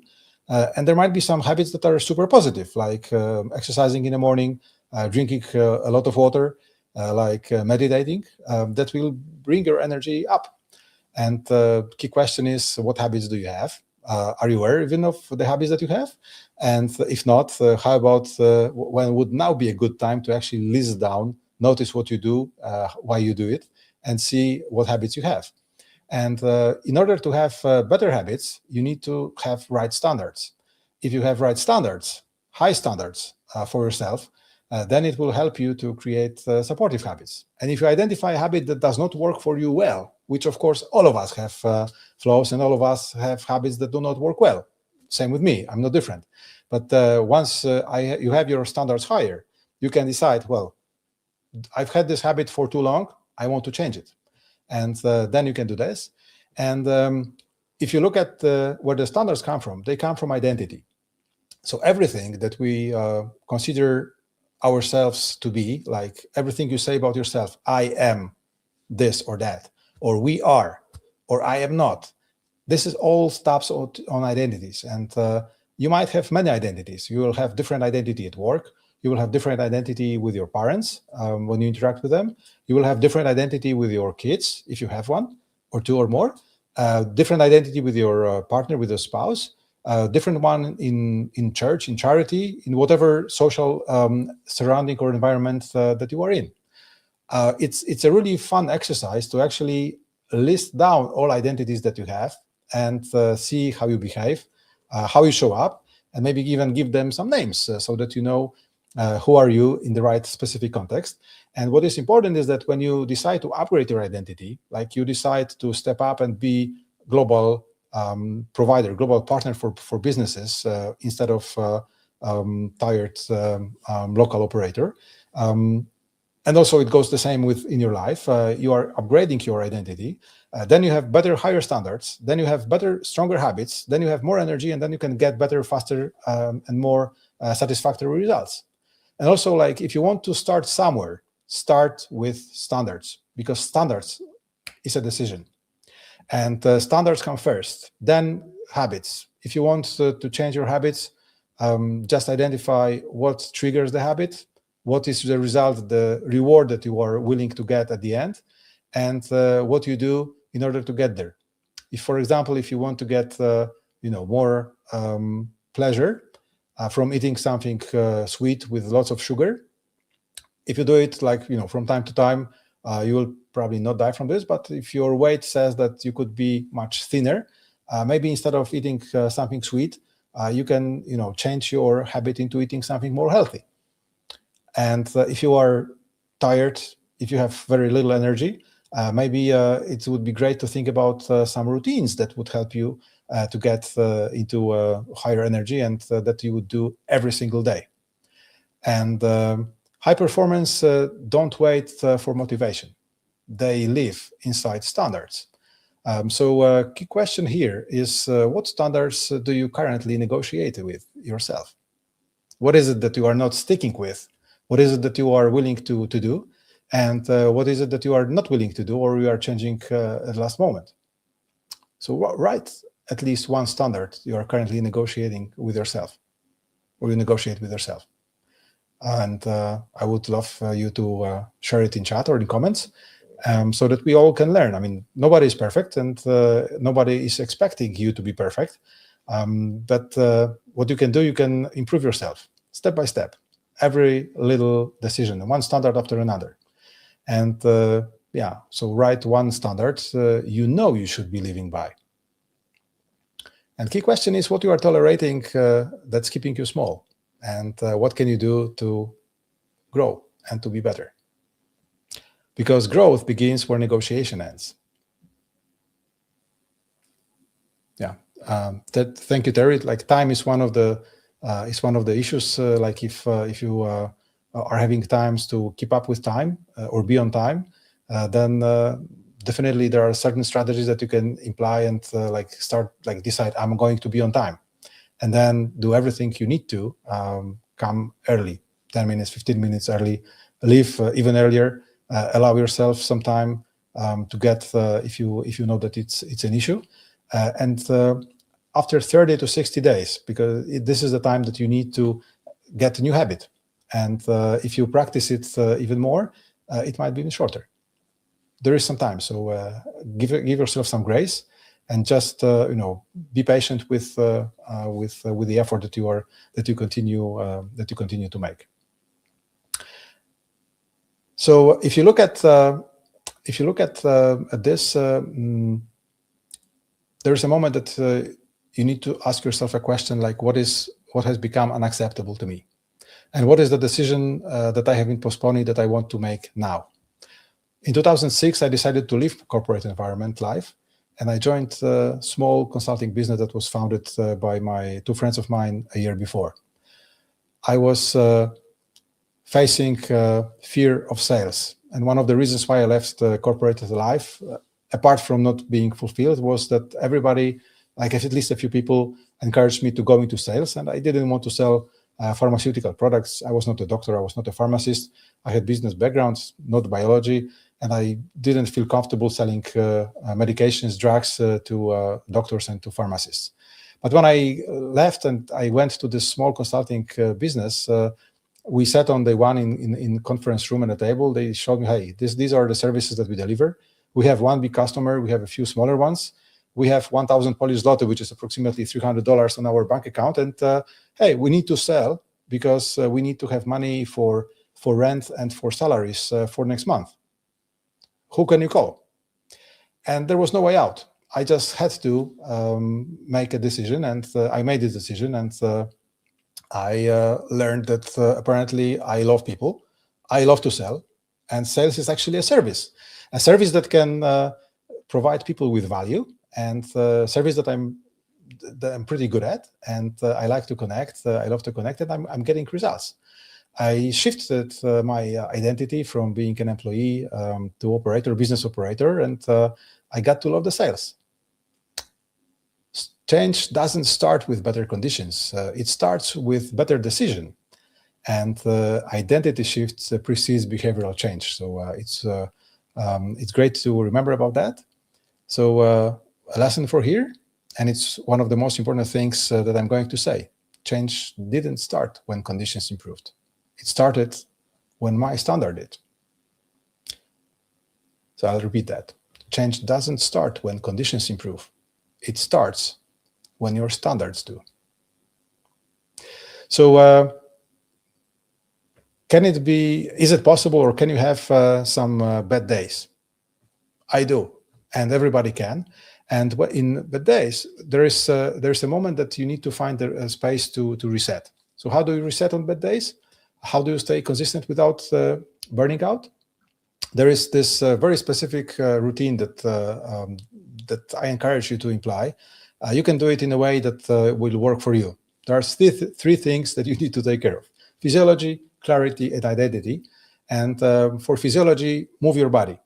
Go for a run, breathe, reset, do some exercise. I do run every single day, 5 times per week. Then I do exercise. Then for clarity, I do meditation. I love meditation. I've meditated for years, and it helps to clear my mind and choose one meaningful outcome. So I do some priming also in the morning. And the identity, just remember, who must I be today, regardless of circumstances? There are some things, some events that happen outside of your control, and you can react in a smart way or not a smart way. There is no point in getting frustrated because I truly believe that everything happens for a reason, and that the reason is there for me, even if I cannot see the reason, the positivity in that at the moment. I might see it sometime in the future. And you don't rise to your goals, you just fall to your standards. And thanks to that, running, meditation, and priming, I'm in much better shape. I'm much calmer. It's really difficult for anybody to get me out of my peace, even if a situation is super frustrating. So if you look at this, what will happen if you operated consistently for years? And what kind of reputation are you building daily?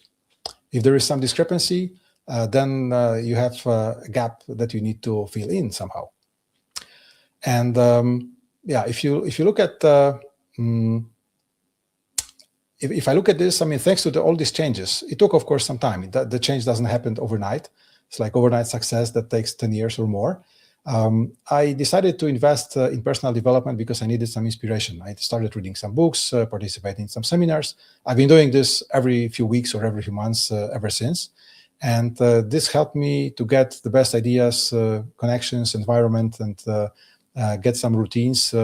And to a large extent, the success of my business until now has been based on these small changes, because it all changes with you. If you are a business owner, if you're an entrepreneur, it all starts with you. Your team will follow you, your customers will follow you, and you need to increase your energy so that you can attract like energy. And if you want to attract international customers, then it is important for you to know that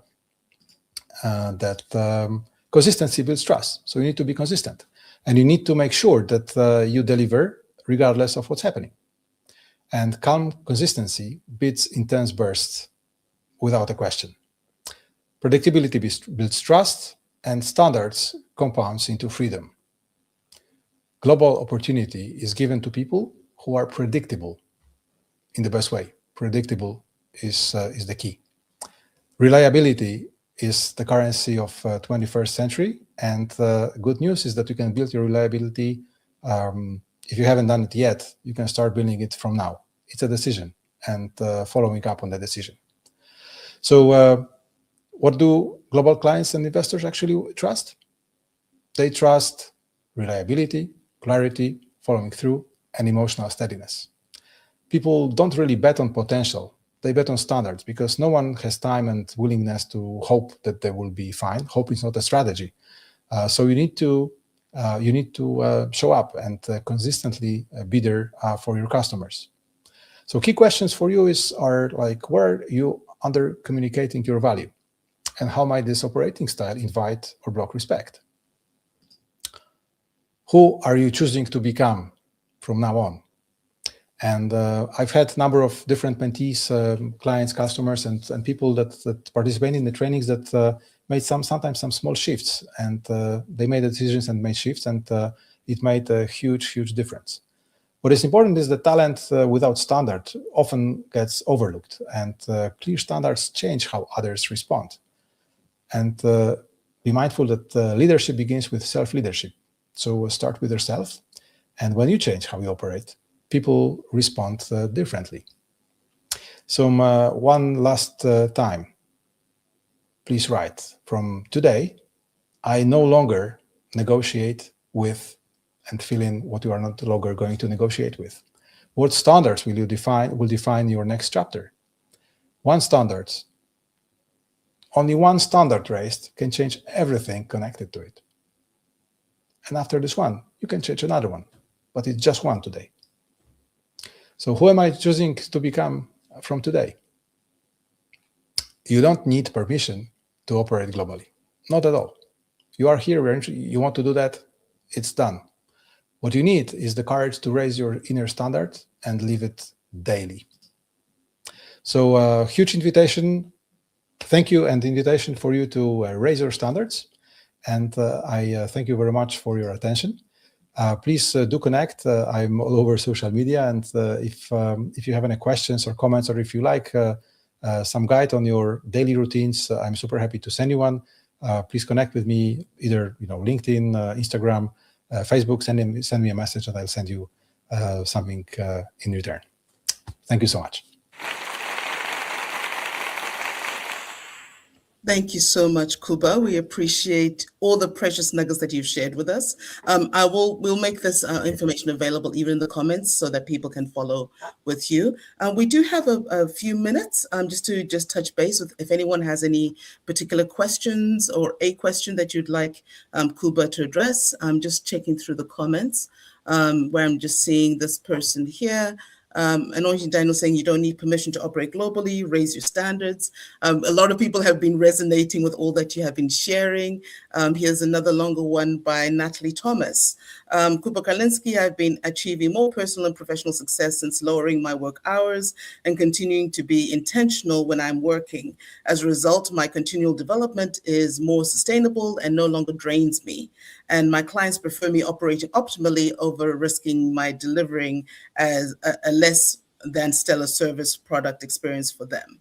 So would you like to respond to that one? Yes, I would love to. Thank you so much, Natalie, and congratulations. There is, sometimes less is more, and it looks like you have found the path to actually achieve better outcomes with less stress and less effort, just working smarter. So congratulations. And what I love about what you wrote is that you've been doing this along the way, and you have engaged with your customers in conversation. And sometimes, or very often, what I notice is that we make some assumptions. We think that if we say something or if we write something, that the customer or prospective customer will think about it in a certain way or will react in a certain way. And it's our fear in most cases. It's our projection on what might happen. And in most cases, like fear, what is fear? Fear is just imagination, and imagination that is not directed. And we have been feeding our fears for years. And oftentimes, an environment feeds our fears very, very strongly. And what I love, this one is from Tony Robbins, whom I love and adore. And what he said is that instead of fear, use another F word, not the one that you are thinking about, use faith word.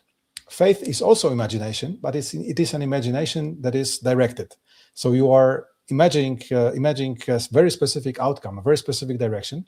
And instead of fearing what might go wrong, you get faith in what might go great. And in this case, when you just start talking with them, you can get them excited, get your customers, your prospective customers excited about it. Then you are changing dynamics of the conversation, and they want to be part of the story, and they want you to be part of their story. You are building trust, and when you are agreeing on something, you deliver, over-deliver, and then you don't need to spend multiple hours and work a lot to get the value that they need. In most cases, the value that they need is a little bit different than you think before you start talking to them. Thank you so much, Kuba. You're getting a lot of compliments in the chat on my best Saturday in a while. I'm definitely taking a lot home. Thank you, Dr. Kuba. And there's also another one from Anointing Daniel who says, definitely don't regret joining this live. So on that note, and also one more, the comment that he made is like, basically fear is just imagination, and resonating with what you just shared with us. So at this point, I just want to thank you deeply, Kuba, for being willing to be a part of this event and for sharing all your wealth of knowledge. And yes, we will share how people can get in touch with you. And is there a parting note that you'd like to share with us before I introduce the next speaker? Thank you so much for the invitation. I'm keeping my fingers crossed for all of you. And I really love seeing entrepreneurs and business owners succeeding. And when you do, or even before you do, please stay in touch. And also, one more invitation or word of encouragement is be bold and be brave, and just go for it. There are of course some challenges that you need to overcome, and it will not take 1 or 2 days or weeks. It will take a little bit longer. So it is more a marathon rather than a sprint. However, if you take care of yourself and if you grow yourself first, then anything is possible. So I'm keeping my fingers crossed for you, and I hope to see you and hear from you sometime soon in the future. Thank you so much, Kuba. And yes, definitely self-care is the most important wealth that we actually have. So we appreciate you deeply. Thank you. Thank you so much. So thank you so much. I hope people are enjoying what we're sharing with you. I'm seeing some great comments of people saying that this is the best Saturday they've had in a while. And even I'm seeing from Monday, Dr. Kuba seems to be speaking directly to me during his session. Great session. So I'm glad that people are enjoying what they're learning. So I'm just shifting gears as I'm moving on to our next speaker. He may be familiar to some of you, but he is my dear brother, Zion Inogiru. And so Zion is known as Mr. Positive Energy and is an 8-time international best-selling co-author, host of 1,000+ online events, and he's helping entrepreneurs ignite their career and business by embracing positivity. And believe me, his energy is contagious. And being the Chief Positivity Officer of Kudos International and a globally respected leader in communication, professional manners, and human-centered leadership, Zion is known for his uplifting presence and valued-driven approach as he helps professionals build trust, credibility, and strong relationships in global and remote workspaces. From Nigeria to the Global Campus Virtual Summit, Zion is here to guide participants through communication and manners for the international market, unpacking digital etiquette, expectation management, and why your word is your bond in our global community. So at this point, I welcome Zion Inogiri to the stage. All right, thank you so much, Auntie Akola, Auntie Chi, for sure. It's always a privilege to be here, and thank you so much, everyone who has joined us thus far in this event. If you have been blessed, just type in the comments, I have been blessed. Because I tell you, the conversation today is so empowering, so inspiring. And for me, I came as a speaker, but I tell you, I've learned a lot. A big shout out to all our speakers who have come before, Dr. Iva Eagle Brown, Ms. Kim, Dr. Kuba. It's so amazing. And let me tell you, please, we are not just here to motivate you. I want you to get that clear. This is not motivation. This is not to stir your emotion up and get you excited, because that's where most people miss it. You come to the event, you get so excited with the touchline, with the amazing point, and then we'll go back and nothing is done. One thing I want you to do is beyond just being motivated, beyond just being inspired, there should be a tangible transformation in your life. So much nugget has been shared, and I know that the recordings are on all over social media where you can get it all. And I want you to embrace this transformation that is being brought to you through this Global Compass Visual Summit. Yes, thank you so much, Dr. Chi, for already introducing me. I won't go into that, but then I'm going to talk to us about the power of our mindset when it comes to communication lines and in the international market.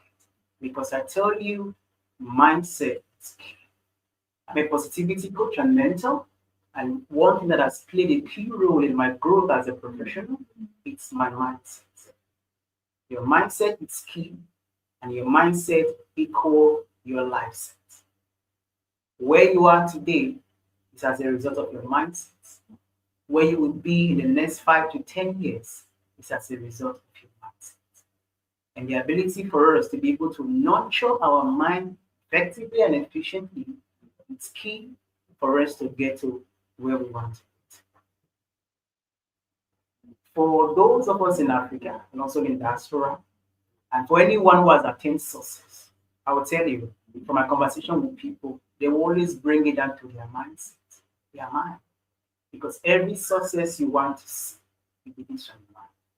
And my coach will always tell me, he said, everything in this world is built twice. First in your mind, and then in reality.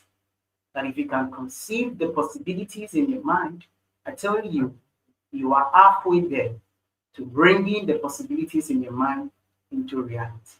And that's why positioning yourself on a global space, on a global stage right now, it's not negotiable. It's a must. It's a must. There's something that we've observed and we've seen over time, especially when it comes to the African ecosystem. The question is always, are you prepared? Most of us want to get into the global space. We want to have a global impact. We want to have a global reach. The question is always, are you prepared? It's something you have to answer for yourself. Because opportunities might be global, but preparedness and readiness is personal. It's personal. It's something you have to take personal in your life. Because at the end of the day, growth does not happen in your comfort zone. Now, I remember coming online. I'm from the Federal Republic of Nigeria, for those who don't know. And I'm talking to you because I had a first-hand experience of what it means to transition from being local to a global stage where I work with international clients and be able to continue sustainably and consistently in bringing value and doing what I do. And I tell you, one of the things that I had to change that transformed my life is me addressing the issue of mindset. Yes, in Africa, by default, we are all shaped by the economy, by the circumstances, by the things we have to go through, by our past, by families, by culture. These things shape our mind. But I tell you, when you get to the global space, nobody asks you that. Nobody asks you about, oh, your past, what you've been, what you've gone through. They are valid, but not a lot of people have the time to start asking you these questions. And that's why, as much as we have all this experience, the ability for us to be prepared, irrespective of what we've been through, irrespective of what life has thrown at us, it's very key and it's very, very important. One of the speakers mentioned earlier, excuses is not tenable. There is no excuse enough for us not to go out there and do what we need to do. There is no excuse tenable to say, oh, it was because of X, Y, Z. I did not show. I didn't do this. Nobody wants to listen to excuses. It's all about fulfilling your deliverables.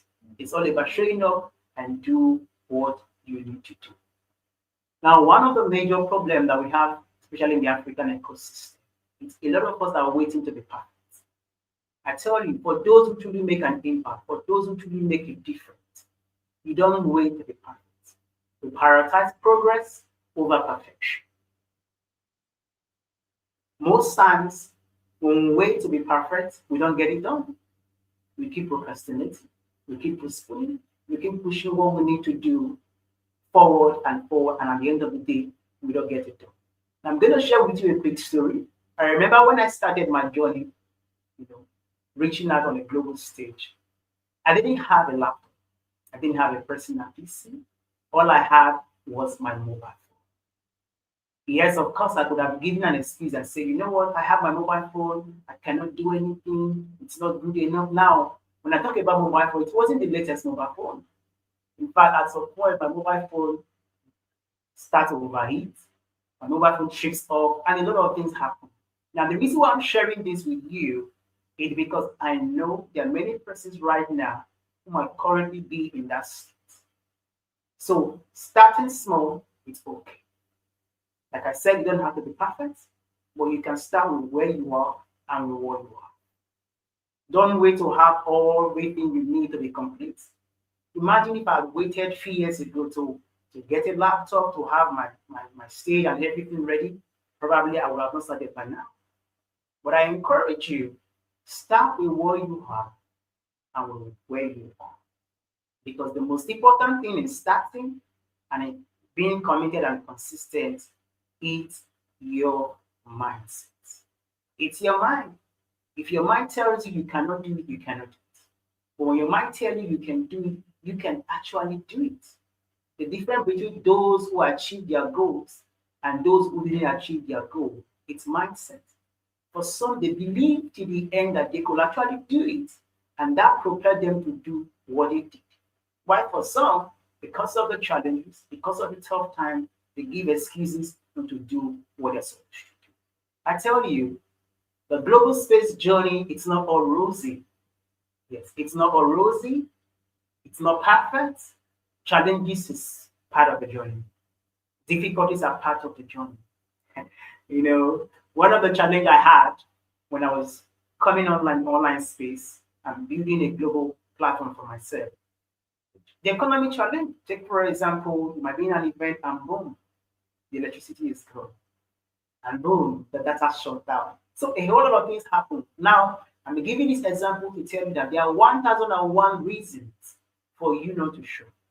There are 1001 reasons for you not to do what you're supposed to do.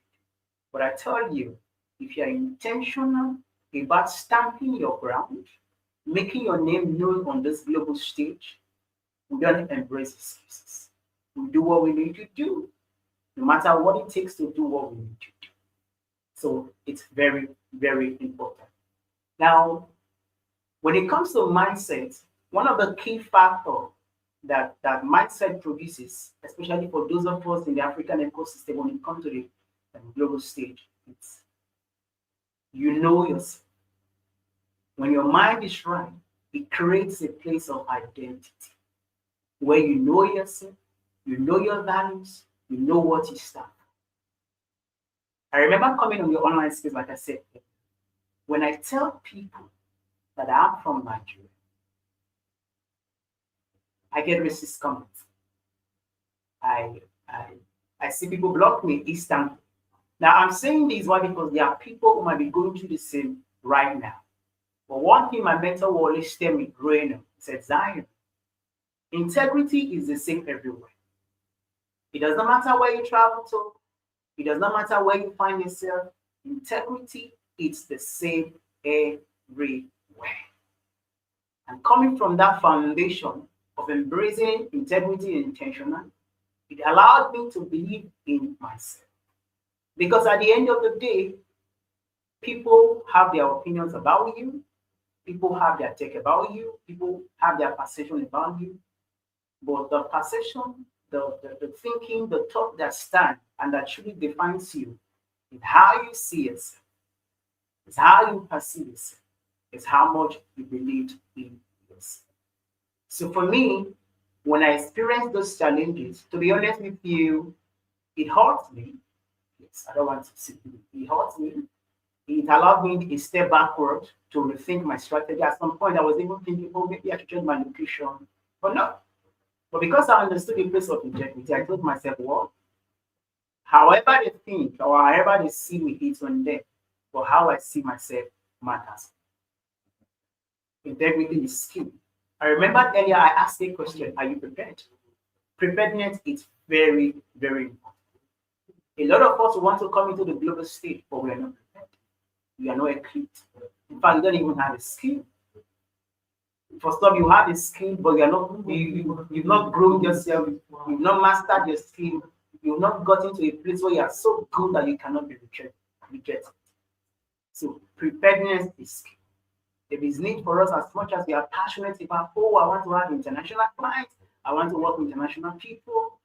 Being prepared is very, very important. Don't be an half-baked person. Don't come with a skill that is half-baked. Oh, I think I can do it. It's not about I think I can do it. Can you really do it? You have to show evidence. You have to show that you can do what you need to do, which is very, very important. And thank you so much. I saw a comment that says integrity is a skill. Now, I cannot stress this enough because when we talk about global skills, when we talk about skills on the global scale, many persons think about the technical part of it. Many persons think about, oh, I have to have maybe a tech skill. No. Integrity itself is a skill that we have to nurture. I tell you, there are people, organizations, and companies who folded up today because they didn't have people of integrity at the helm of affairs. Who folded up today because they didn't have people of integrity doing business. But when you show up with a person of integrity, show up with all honesty and sincerity, be your true self. I tell you, the skill of integrity that you have nurtured over time, it's invaluable. It's invaluable. Now, when it comes to communication in a global scale, it's very, very important. We live in a world where there are so many people who are talking, so many informations happening, so many things happening out there. But I encourage you, know yourself. Know yourself. For some of you, your strength can be in this. For some of you, your strength can be in cultivation. For some of you, your strength can be in bringing your energy and your presence into a place. In my journey, I've come to understand that making an impact comes in different ways. There's a Cuban nation energy. Energy attracts. Who you are, attract the people you want to be. That also boils down to mindset. What you think, attract the people. what you ponder on, what you brainstorm on, attract the people you want. So that's why when it comes to communication, mindset is still very, very important. Now, take for example, you are giving a conversation, a topic to talk on. When you are confident, your mode of communication is different from somebody who is not confident. If you agree with that, just drop a comment. Yes, I agree. When you are confident in yourself, it allows you to be able to set your skill, put yourself out there, and stay safe. The reason why a lot of people are scared or try to put their skill out there is because they don't have confidence in themselves.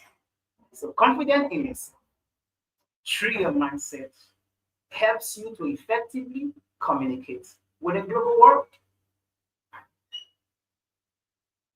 When you know who you are and the value you give, it enhances your level of confidence. Now, when we talk about communication, we're not coming in a place where it's all about,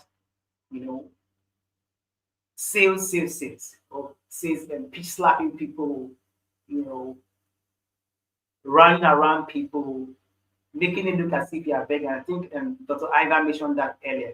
When it comes to communication with people, communication comes in different ways. Sometimes you might not even be saying anything and you are still communicating because people are watching, people are seeing you. So communication, it's not about being vocal or speaking. Sometimes being quiet alone in a room is a whole lot of communication that you could never imagine. Imagine you are coming into an online space where you talk at. I tell you, talkative does not attract the right people. As much as you want to talk, but make sure it is balanced. Don't be a talkative who want to take over the whole conversation.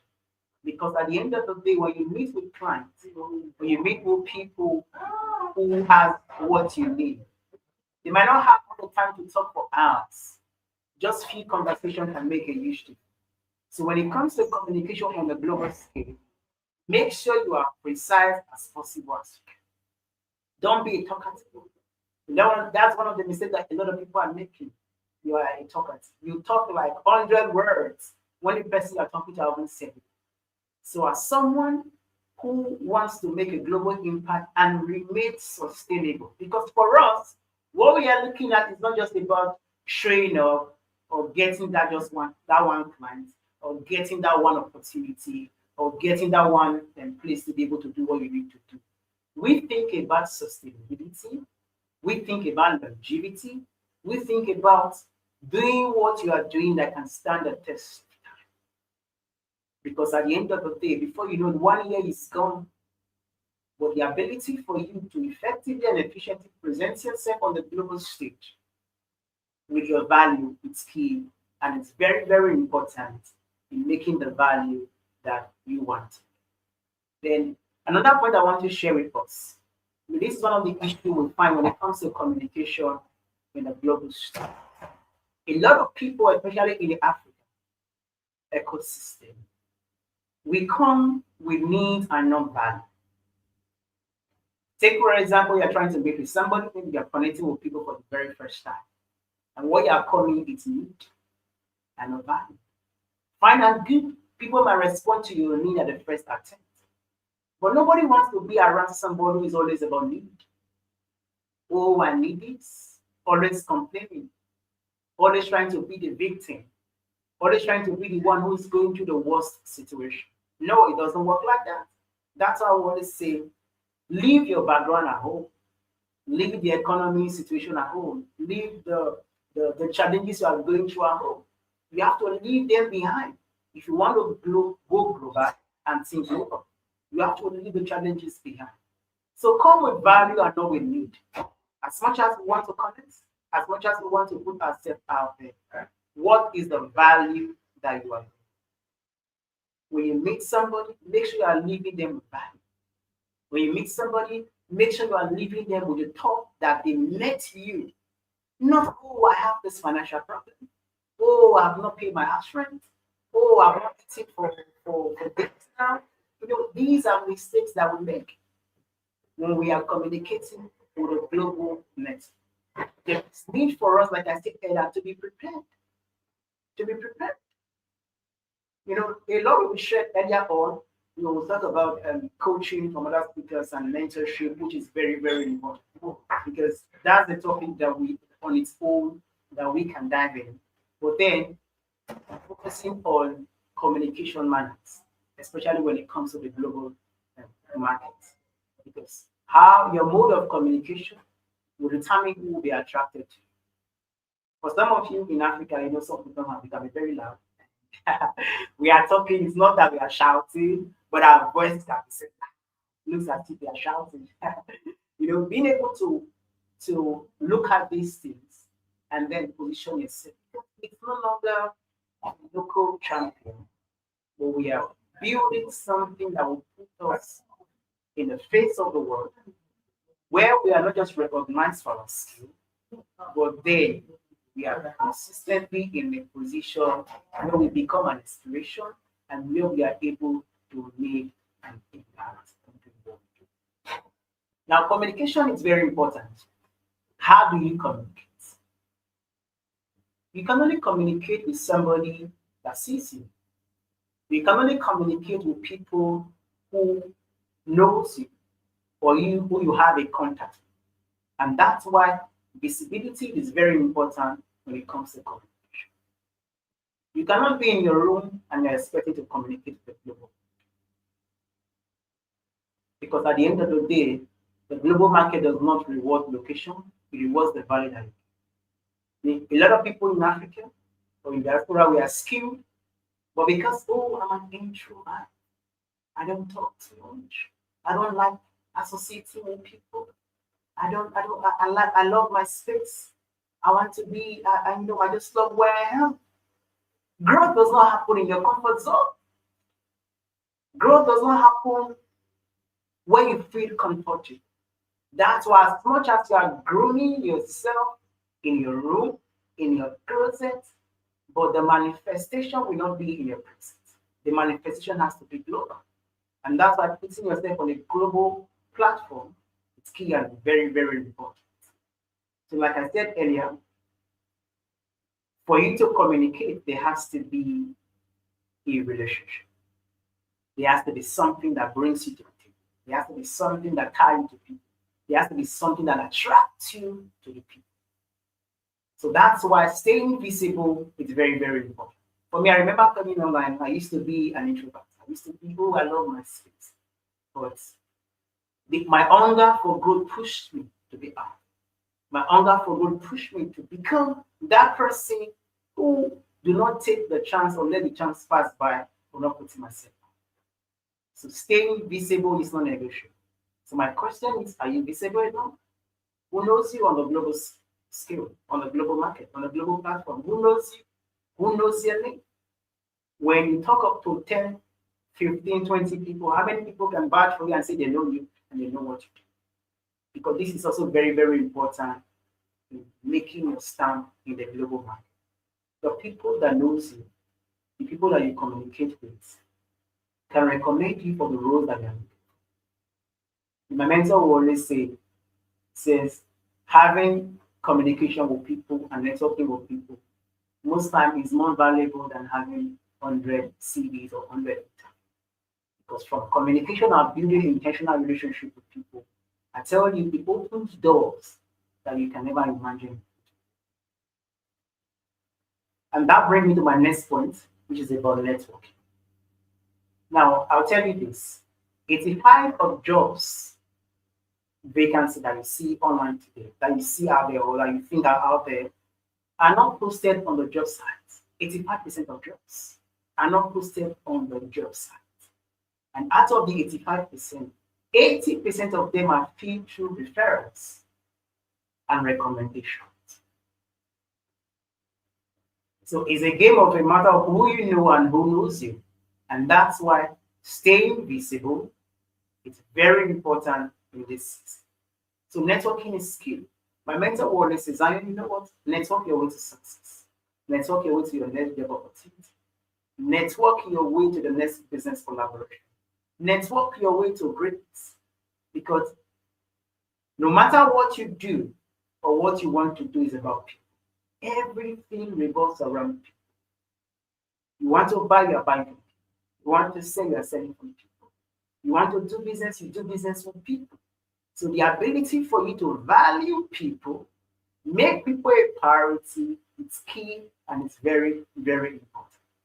A lot of people will pursue the profits, we pursue the work, we pursue the opportunities. By the end of the day, we forget that the work, the money, the opportunity is with somebody. It's about people. So the opportunity you're looking for right now, someone has it. The finances, the money you think you're looking for right now, somebody has it. So the ability for you to have relationship with people, a professional relationship, it's key for you to have access. You want to talk about access are out there, but the brain or the foundation behind access is key. My mentor always says, so the room you want to be in, that room that you are craving to be in, somebody's already there. And somebody is also at the door, opening the door and closing the door.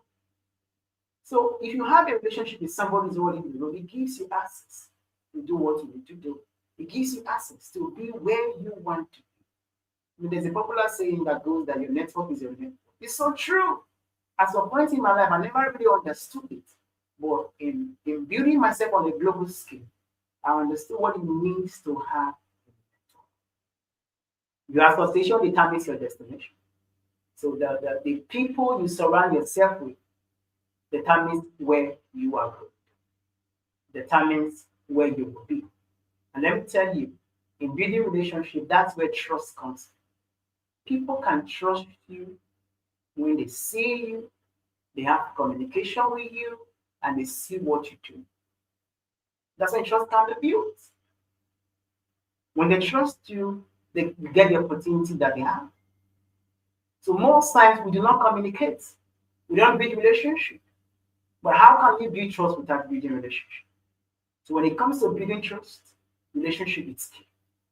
Build relationship, know people, talk to people, relate to people, because at the end of the day, people matters a lot. I will end with this because it's very powerful. It changed my life. I heard it a few years ago from my mentor, and it says,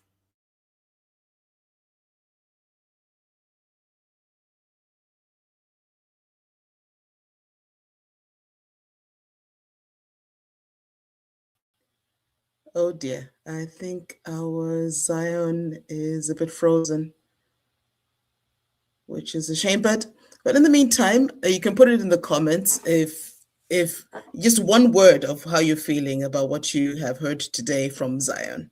You just put one comment in our comment section, and hopefully you'll be able to come back, because I know sometimes connectivity can be an issue. But I'm just going to read some of the comments that have come through so far. This professional relationship is what I really want right now. And yes, Chinweo Tito, I hope I said that correctly.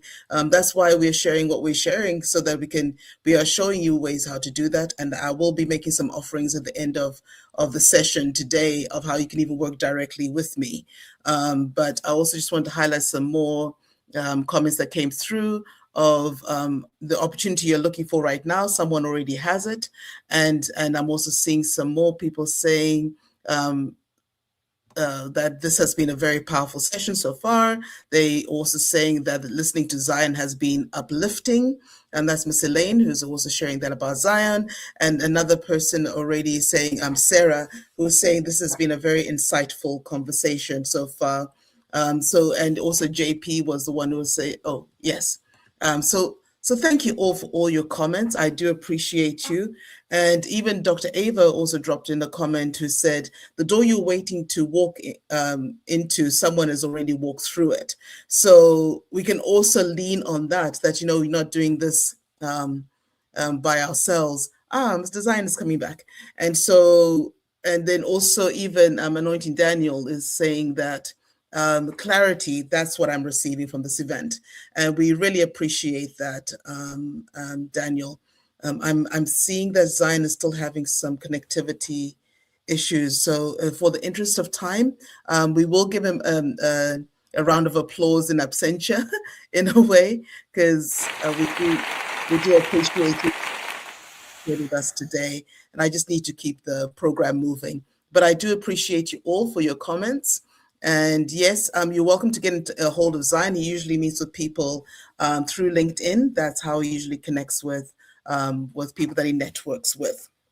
So moving on with our program, I'm thank you all for your engagement. I'm seeing all the comments coming through YouTube and on LinkedIn, and I thank you for your appreciation of our speakers. I'm glad that they're giving you value, and so I'm just going to continue to move on with the program as we go today. So the next speaker that I'm going to introduce you to, it is a bit in absentia, but he also sent us a recording that he asked me to play. So this is one of my elders and mentors, and he has a rare combination of deep experience, human insight, and future-focused strategy.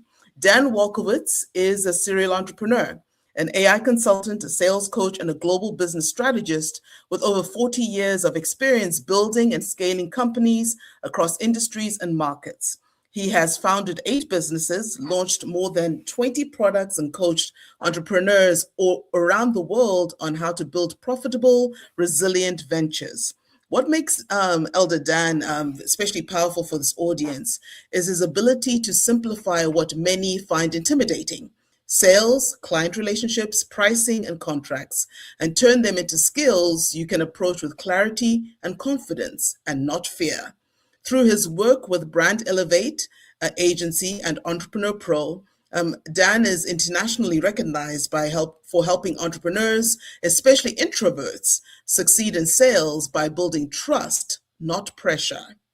Dan is also deeply connected to Africa's innovation ecosystem, serving as chairman of the E-Village in Nigeria and as chairman of the board of the Global Entrepreneurship Festival, where he helps connect entrepreneurs to global opportunity and capital.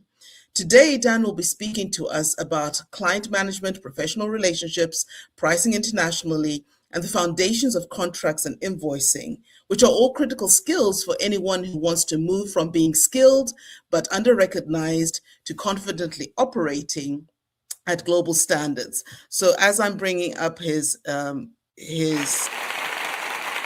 give him this opportunity. Here we go. Good morning, everyone. My name is Dan Walkowitz. Delighted to be a speaker at the Global Compass Virtual Summit, hosted by Ms. Chiyedza. Chiyedza is amazing. She is professional. She is on top of things. She is an absolute pleasure to work with and very competent, which is part of the reason that it makes me so pleased to be a part of this event. Let me share my screen because I have some slides that I want you to see. And let's go find them and start. So, oops. Today, the title of my presentation is From Invisible to In Demand: How to Build Trust and Income in Global Markets. Indicated previously, my name is Dan Walkowitz. I'm also known as Entrepreneur Pro because I've been a serial entrepreneur for 45 years, following 10 years in corporate America. My company is Mainstay Solutions, but I brand around Entrepreneur Pro. So today, we're going to talk about 4 topics. One is how to earn trust from clients. Number 2 is how to develop strategic positioning skills so you can capitalize on that trust. Third is to boost personal confidence. And fourth is to talk about authenticity when it comes to sales. I have courses on what I call selling boot camp and selling clarity, which all focus on introverts and how introverts can sell using the skills that I and other introverts possess. Valuable equally for people who are not introverts. It's a systematic way of going about selling, and it allows us to be authentic not pushy or overbearing. So the session is designed for Pan-African University students and graduates, skilled but underemployed professionals, diaspora Africans seeking remote or global work, and freelancers who are struggling to find traction or income consistency.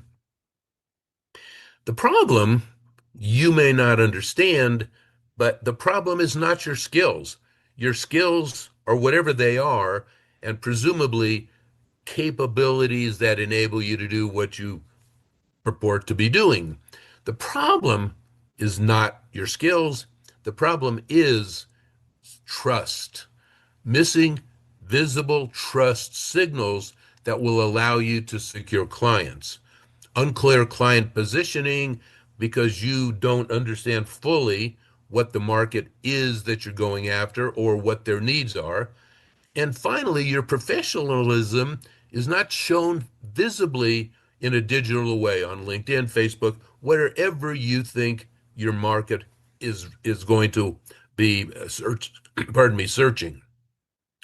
The truth of the matter is that clients buy safety. They don't buy anything else. They buy safety, and that equates to trust. So unless they trust those who are providing services or offering to provide services, there won't be a sale. So here's how you build trust. Number one, clearly identify your ideal client and a unique solution. And I have prompts for AI that will enable you to get massive amounts of information about your ideal client based on who you are and what you do. Available if you ask. Consistency, delivering the same message over time and across all platforms. Third, calm authority. Present your expertise confidently without pressure, but with confidence in the fact that you know you can deliver. All of these things are really key to building trust in the market and ultimately with your prospects. So I really like this. The skills are internal. It's your ability, what you can do. Trust is the external perception of how others see you. So clients don't buy certificates, tools, or courses, all of which are prerequisites to do what you're doing, or maybe prerequisites. But what they do buy is confidence in you, outcomes, what you have delivered for others, and reliability, your ability to show up as needed all the time. So the point is, the value you want is regarding how you position, how you present yourself with confidence, and what outcomes you have delivered. You want to focus on trust, not just credentials. And I put down here KLT. KLT is a simple acronym that describes how to achieve trust. It stands for know, like, trust. So people must know you so they can like you. That then enables you to build trust. And there's a process for doing that. But always think about KLT, know, like, trust, the steps to gaining the position relative to your market that will advance your business. So let's talk for a moment about positioning. Before I do that, let me go back to this slide. Let me tell you a story about a young man who reached out to me before November of 2024's Global Entrepreneurship Festival, indicated he was interested. We chatted a bit about what it would be, and that conversation stopped there. A month or so later, he said, I've looked at your social media and I think you need some videos. I'd like to make some videos for you. I don't want to charge you. I have no expectations. I just think you could do with some videos. And I said, sure, why not? Doesn't going to cost me anything. He created 5 really impressive videos. And that was the beginning. Well, I basically ended up paying him $25, which was the amount of the registration for the GEF. told him that was the value that I thought the videos were worth. If I paid him that, would he buy his registration ticket? He said yes. And we've gone on since that time to do incredible things together because he built trust. One really, really good way to build trust is to demonstrate your confidence in yourself by giving away something that's meaningful that you can capably deliver on time and in line with expectations. Other ways to build trust, but I really like that, and it's very natural for people in Africa to do those kinds of things. So when we talk about positioning, there's this very simple formula. It is, I help, who are your clients that you help, achieve, what do you expect to achieve with them by a particular action? So here we have examples that are typical. Startups can say, I develop compelling investor-ready financial models. Founders, I implement automated onboarding, reducing support tickets by 60%, and so on. I like to add something to that that I learned from my first coach when I began coaching, and it is the so you can. So let's use those same two that I just mentioned and let's enhance them. I develop compelling investor-ready financial models, just as above, so you can better understand future scenarios. I implement automated onboarding, reducing support tickets by 60% so you can reduce or redeploy your support staff. Very pointed, very specific, and it speaks to a need that you have perceived or identified that so you can addresses that need. And the statement itself provides the elements that are important to a prospect. So let's look at your social media. Let's take LinkedIn because that's probably the place where you're more likely to find people. Most profiles say something like, I'm skilled, please choose me. High trust profiles say, I solve this problem consistently. I help you reduce your support staff. I enable you to forecast the future and look at various scenarios based on the financial models that I do. You'd want to have a conversation with your client before you understand what they want, ideally, and you would, as I'll point out in greater detail later, want to ask probing questions that gets to the heart of what it is that is a pain point for the prospect. So you'd want to have a clear niche, like in my case, when I talk about the work that I do with introverts, I focus on introverts who need to sell. Despite the fact that extroverts will benefit equally, but I focus on introverts because I want to send to them a specific message that would be diluted if I included confident, high profile, aggressive salespeople. One clear outcome, promise a single measurable transformation, and one clear message where we would craft one unified, compelling message across platforms. Same message across platforms or very linked together. So an example in my case is I help introverts, that's my niche. Well, I help introverts who want or need to sell, that's my niche, to become outstanding salespeople, but that's not a measurable transformation. I go on at the bottom in blue to say guarantee consummation of at least one high value sale. That's a very measurable event. So my outcome is you will make one high value sale, and the message together could include the middle part where I talk about how I do that, but it's a matter of who you're talking to and what you perceive their needs to be.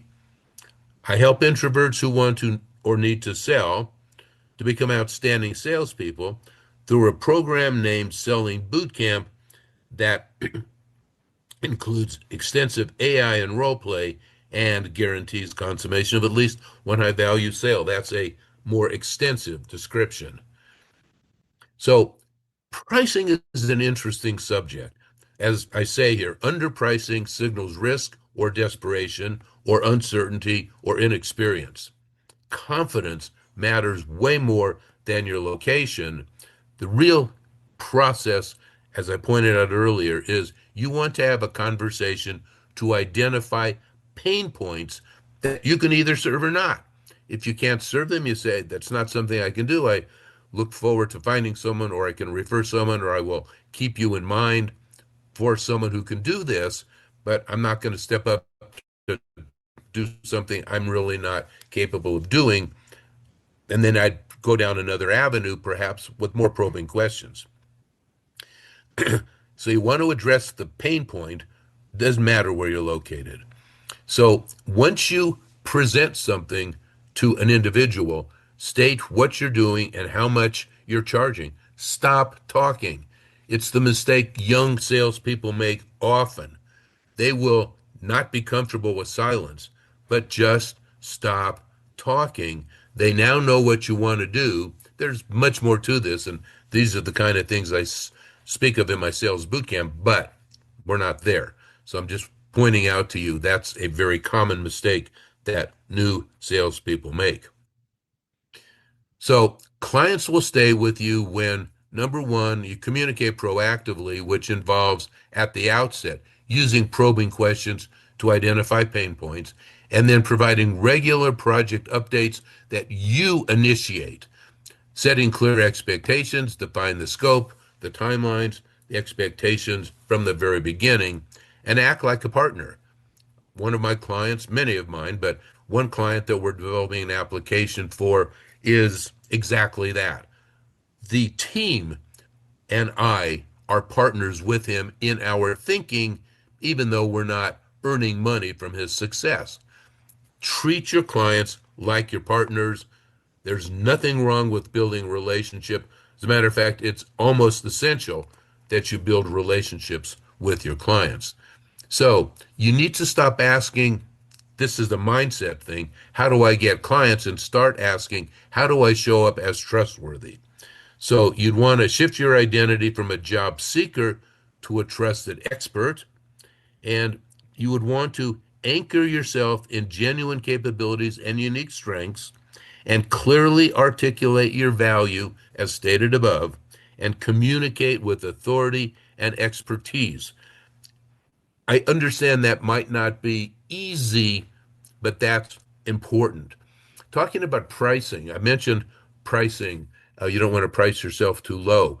What I would do, depending on who you're selling to and where they're located, is get onto any AI platform and ask for these services. What would someone in Switzerland or Canada or America typically expect? And you'll find great insights from that. Maybe you charge at the bottom of that because you're just getting started in your own mind and you want to give yourself that added advantage.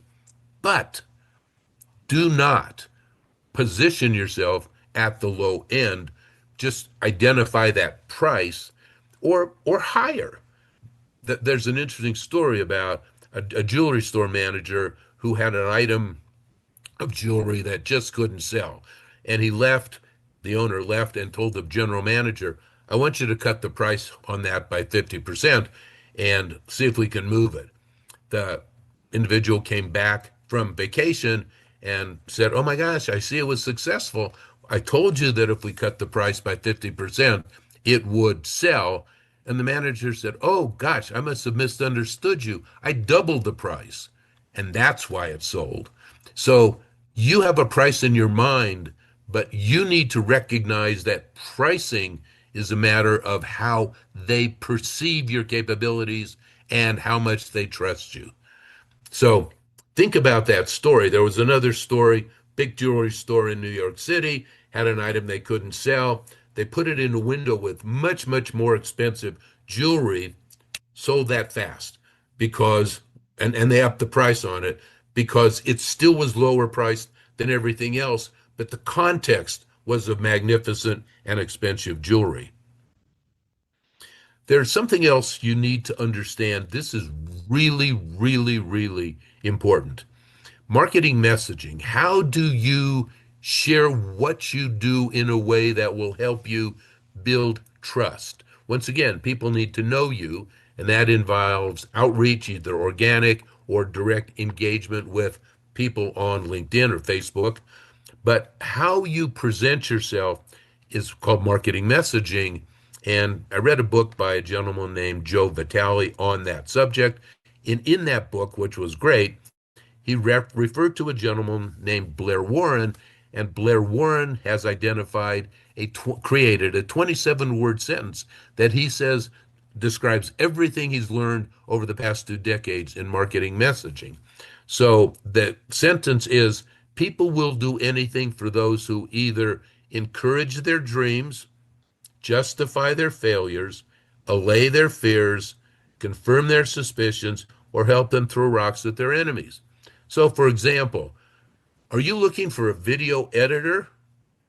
I understand how exciting. Let me start over again. Are you looking for someone to edit your videos effectively because you just don't have time and your dream is to have great videos despite the fact that you don't have the time? That would be an example. Or justify their failures. Have you worked with individuals who purported to be able to edit your videos and not been happy with their work? I am an individual, and then you would provide that outcome statement, depending on what it is that you do for that particular video editing kind of a role. So what do you do this week? I'm not going to spend time going through details. I'll certainly make this available to you so that you don't have to spend your time reading right now.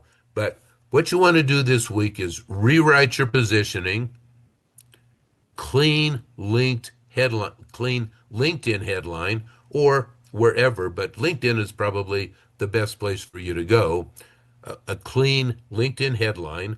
Stop apologizing for prices and pick one that's not at the bottom, but 10 or 15% above that to validate your capabilities, and practice calm communication. Easy, slow going. That's how you want to proceed with confidence that you are the right person to serve the need that you have identified, either through organic outreach with marketing messaging or in conversations with real prospects. So now you have the structure, you know how to build trust, you know that your skills aren't enough, but they are important, very important, but the value that you present has to do with how you present the so you can, because your client wants to see success, not hear what you do. I tell individuals that I coach, it's not our job to tell them what we do. It is our job to help them understand we're the right person to do it for them. Price your services confidently, master the client outcome action, positioning formula, and embrace identity shift for increased earning potential from someone who's concerned and nervous to someone who's confident with prices that convey that. So these are very specific, deep next steps. Positioning, deep dive, visual design support, and so on. So choose one of these. Choose one of these to do this week and concentrate on making sure that it happens. So thank you so much. It's such a pleasure. Chiyedza, thank you so much for opening up this opportunity. For all of you folks who are attending, it's a pleasure to present this to you. I hope that you find value in it, and I'm excited to hear the results of the entire summit once it's complete. God bless you all, and best wishes for continued success.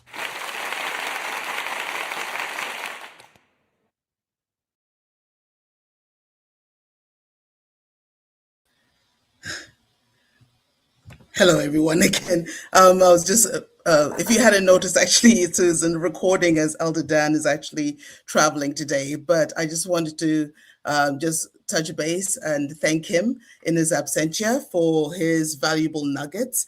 And I'll also share some comments that I saw in the chat, where I'm seeing people saying about, well, it was a powerful conversation.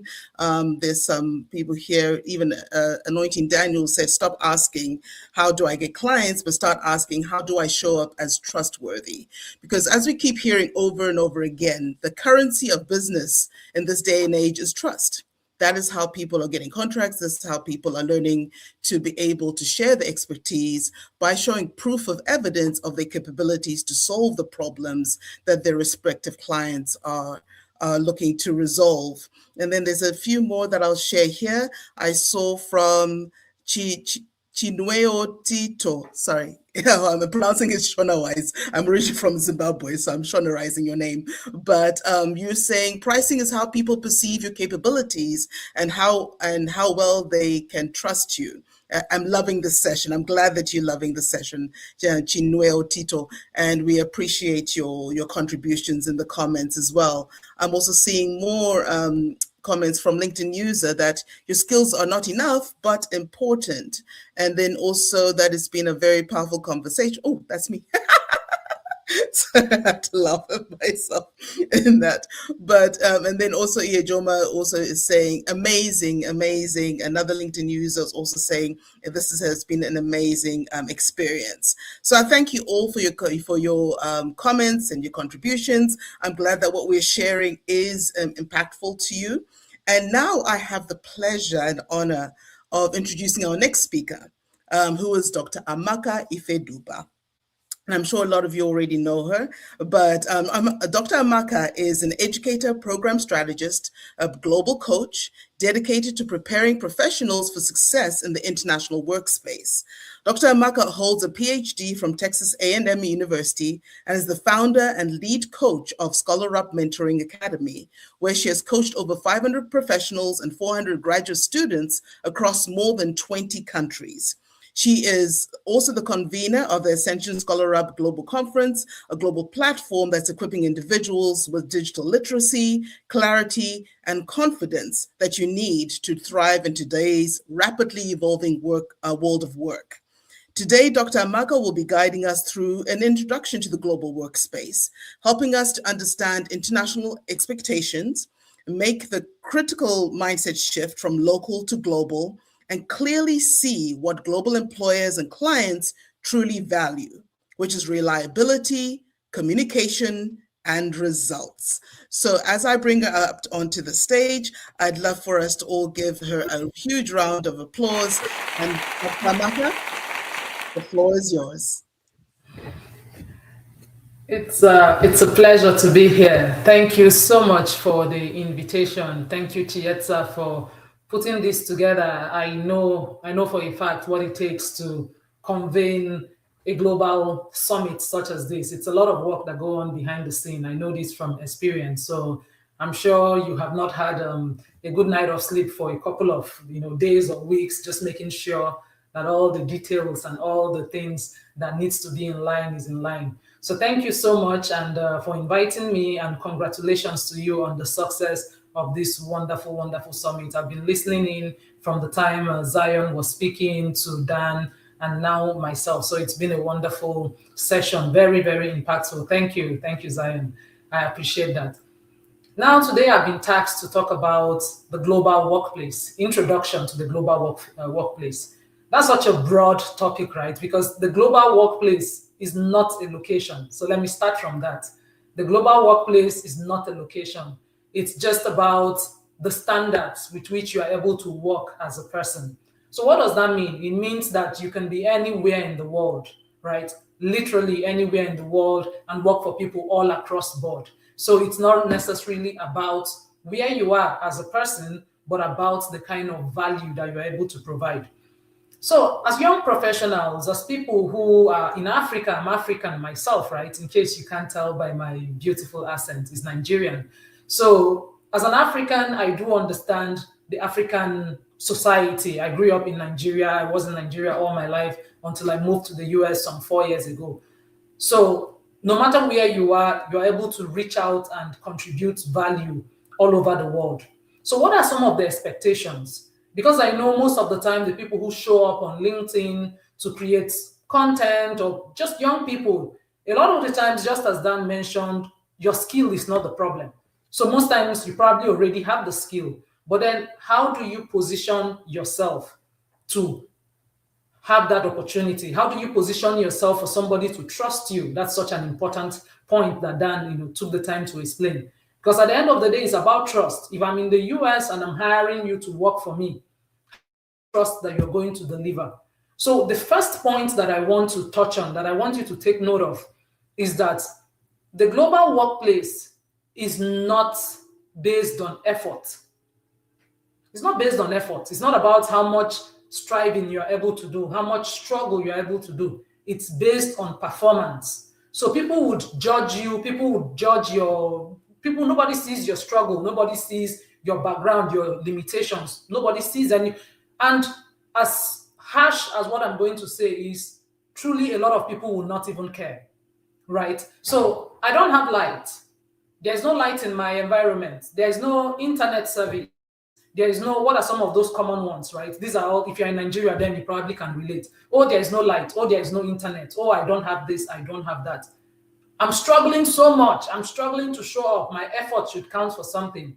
And it becomes very sad when you realize that your effort does not count for anything. Like, nobody cares about the effort. What people are going to be judging you on is your performance. So result is everything.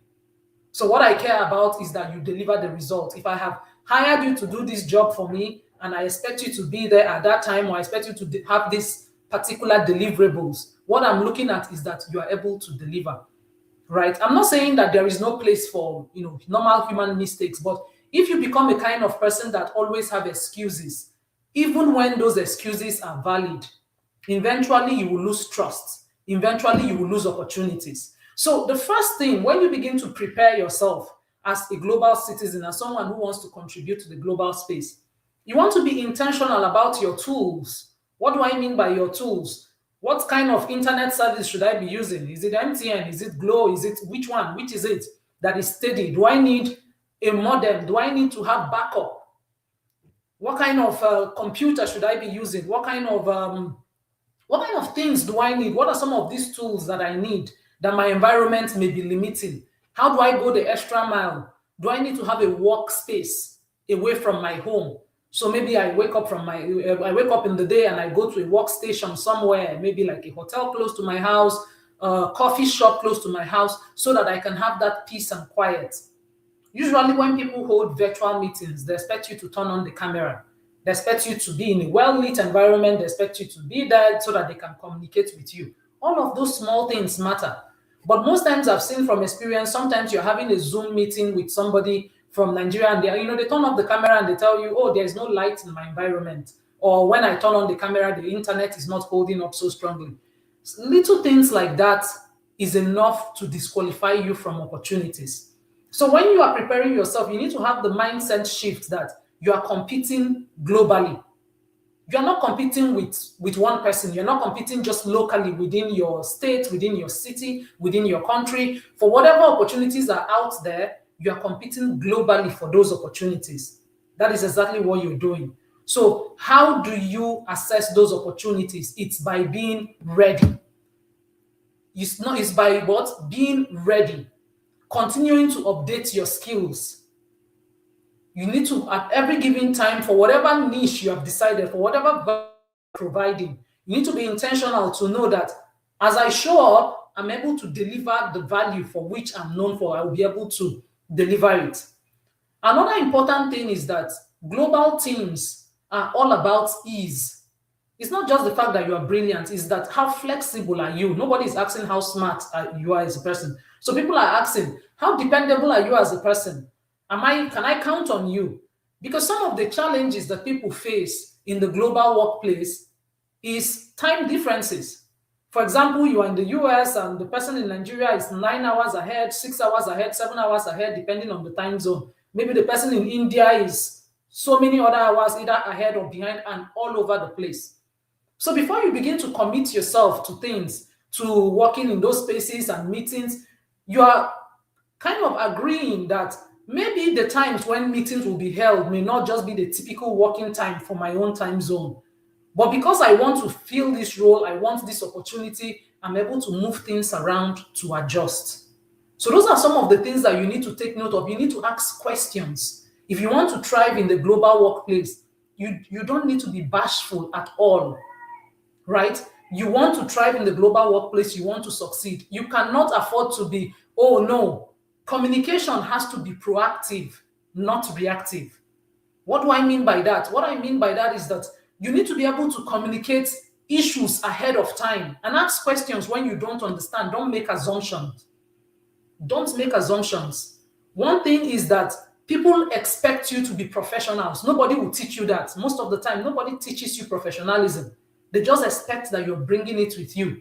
So little things as much as showing up late for meetings, not turning on your camera when you are in a meeting, not having a well-lit environment, not delivering on a service when you said you would, and then not communicating, all of those little things are enough to disqualify you without you even knowing what happened. So professional standards, they are assumed, they are not taught. So you need to come to events like this. You need to expose yourself. You need to be the one to expose yourself to the education that you need to understand what the expectations are. So for local thinking, you may just be explaining. You want to over-explain. Let me explain. Oh, like you need to understand my challenges. Let me explain it to you. Let me explain to you what's happening. Oh, it was raining in my end all through. Oh, throughout yesterday, we did not have light. Oh, our transformer blew out. Are those valid excuses? Yes, they are valid. But will a serious-minded high performer in the global market keep up with that for too long? The answer, as sad and as it is no. That's just the truth. Because you're competing with a lot of people. So you need to be very, very intentional to communicate proactively, even if something happens. And then don't be the kind of person that is always making excuses. You need to figure it out. If you really want to be there and compete and deliver, you need to always be on your A game to continue to figure it out. Global professionals take ownership. Ownership is important. If you want to thrive in the remote workplace, you should not be somebody that needs to be micromanaged. You should be somebody who knows how to problem solve, someone who understands critical thinking, somebody who understands how to use all the plethora of AI tools that are out there to make your work easier. All of those things is not something that somebody will sit down and start teaching you. It's up to you to expose yourself to the opportunities that would help you to brush up and learn those skills, right? So it's super, super important as you're doing all of that you are taking ownership of the role that you have stepped into. You go beyond tasks to actually solving problems. You go beyond just tasks to being able to think beyond that problem, see how the problem you're solving fits into the big picture. That's very important. When you step into the global market and you've gotten a client or you've gotten something has been sent to you that, okay, this is something that I need to do for this organization, you need to be asking yourself, how is the work I'm doing impacting the bottom line? How does it fit the entire vision? How can I go above and beyond? How can I deliver beyond what is even expected of me? Because I heard Zion say that. He talked a lot about networking. It's all about who you know, right? And I'm going to add, it's about who knows what you know. That is super important, that people are able to think about you when something comes up and they say, oh, hey, if it's this thing, oh, yeah, Chiyedza is the person for you. Or, oh, this is what you're trying to look for. Oh, think about, I think Zion, I know Zion is someone that can help you. Oh, you want to write a book. Oh, Dr. Eva, she's the person. That kind of thing. Are you able to build yourself up such that there are so many people who know what you know and be willing to mention your name in rooms that you may not have access to? So they're simply able to just say, that person, this person. Sometimes that is how you get opportunities because you may not have access to all of the rooms. So it's super, super critical. Now, another important thing is that consistency, it builds trust faster than talent. What does consistency mean? It means that I can count on you. It means dependability. I can count on you. When you say you're going to do this, you do what you say you're going to do. And you don't expect me to understand. You don't just expect me to understand without going out of your way to explain.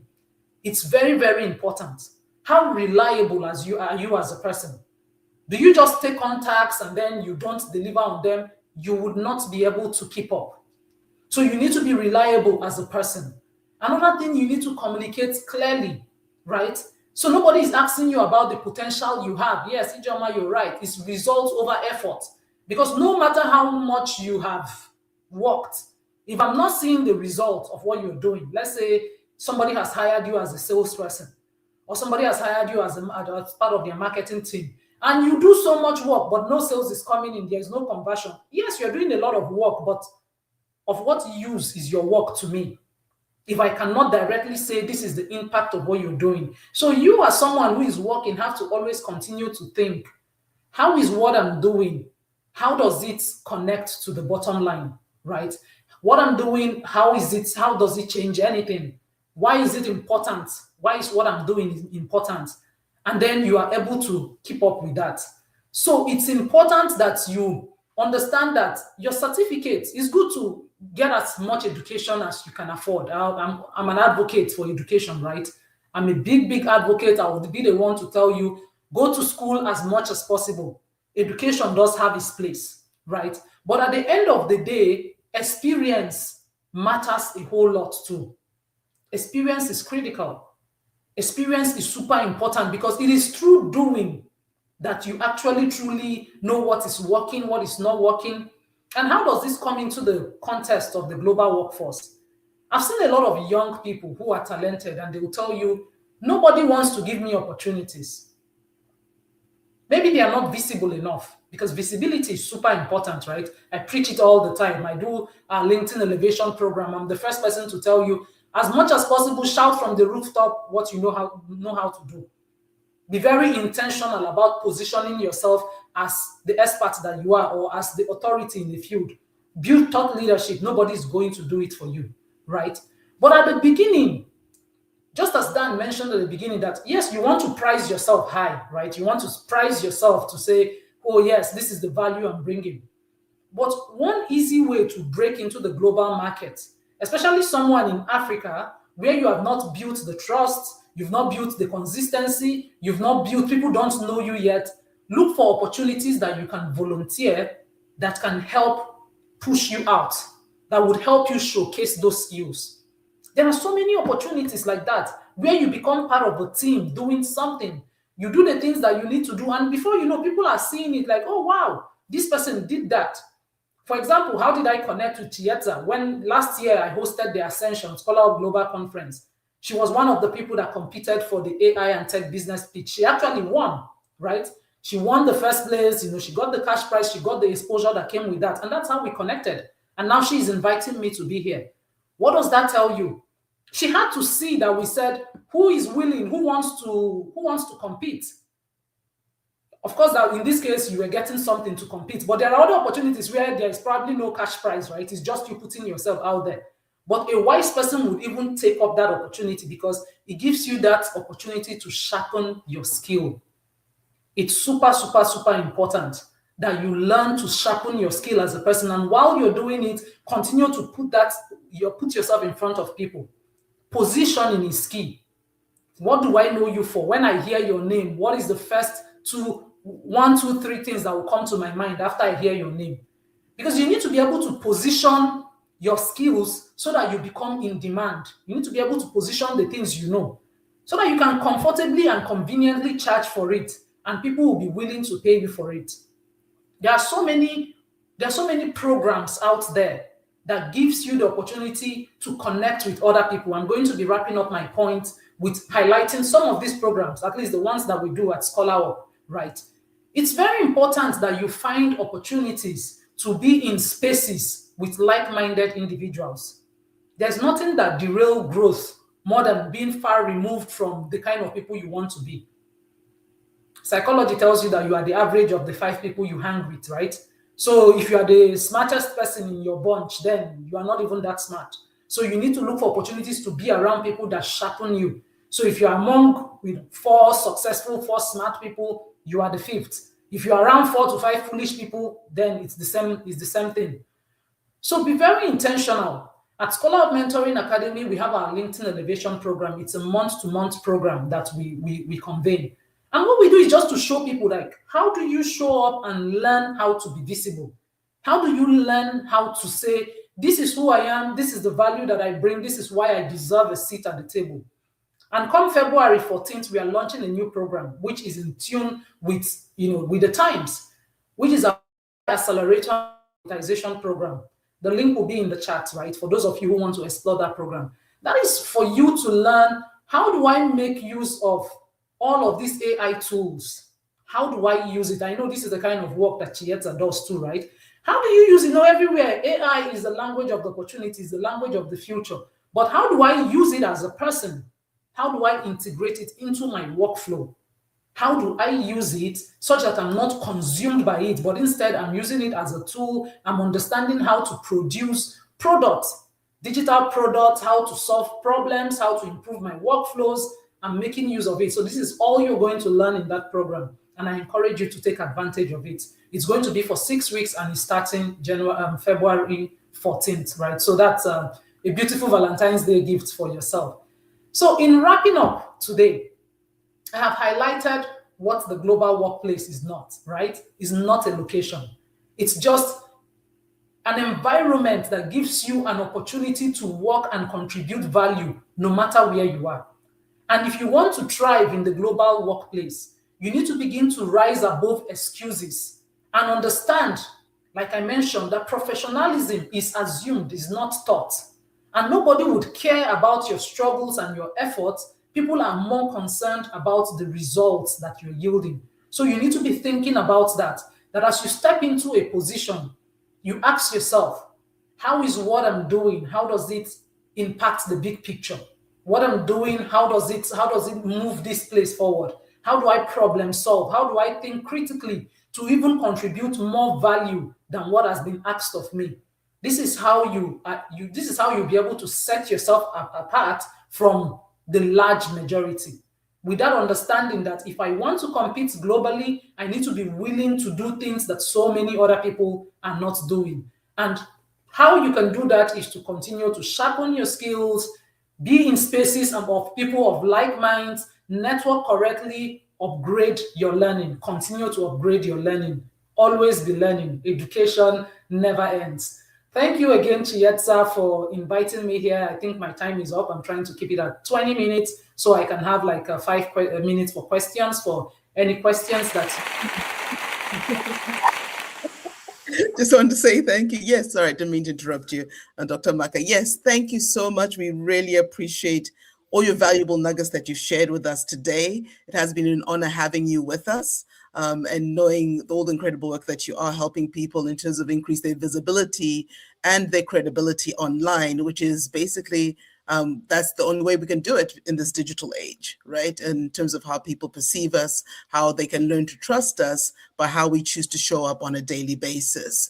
So I know some people have been putting some comments, and if anybody has any questions, you're welcome to put them in the comment section. But in the meantime, I'm just going to share some comments. I am saying powerful session, Dr. Amaka, and then Ifeoma is saying consistency can build trust faster than talent. And then we have Natalie, who is also saying purpose, motivation, visibility, mindfulness, accountability, expectation, and time management.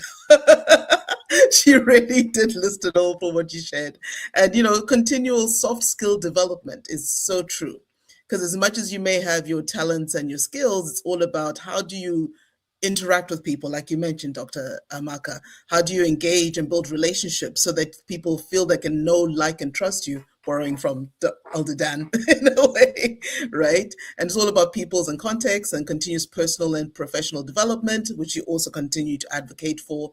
And is also that is aligned with you and your goals. So do you have a response for this latest comment, Dr. Amaka? Oh, yes. Thank you so much for all the beautiful. I always like it when people make comments, right? That shows, they're really, really listening. So it's amazing. Thank you, Natalie. Thank you, Ijoma. My response to this is that it's super important, right, to understand that a lot about your growth as a person is your responsibility as a person, regardless of the challenges. And the challenges are real.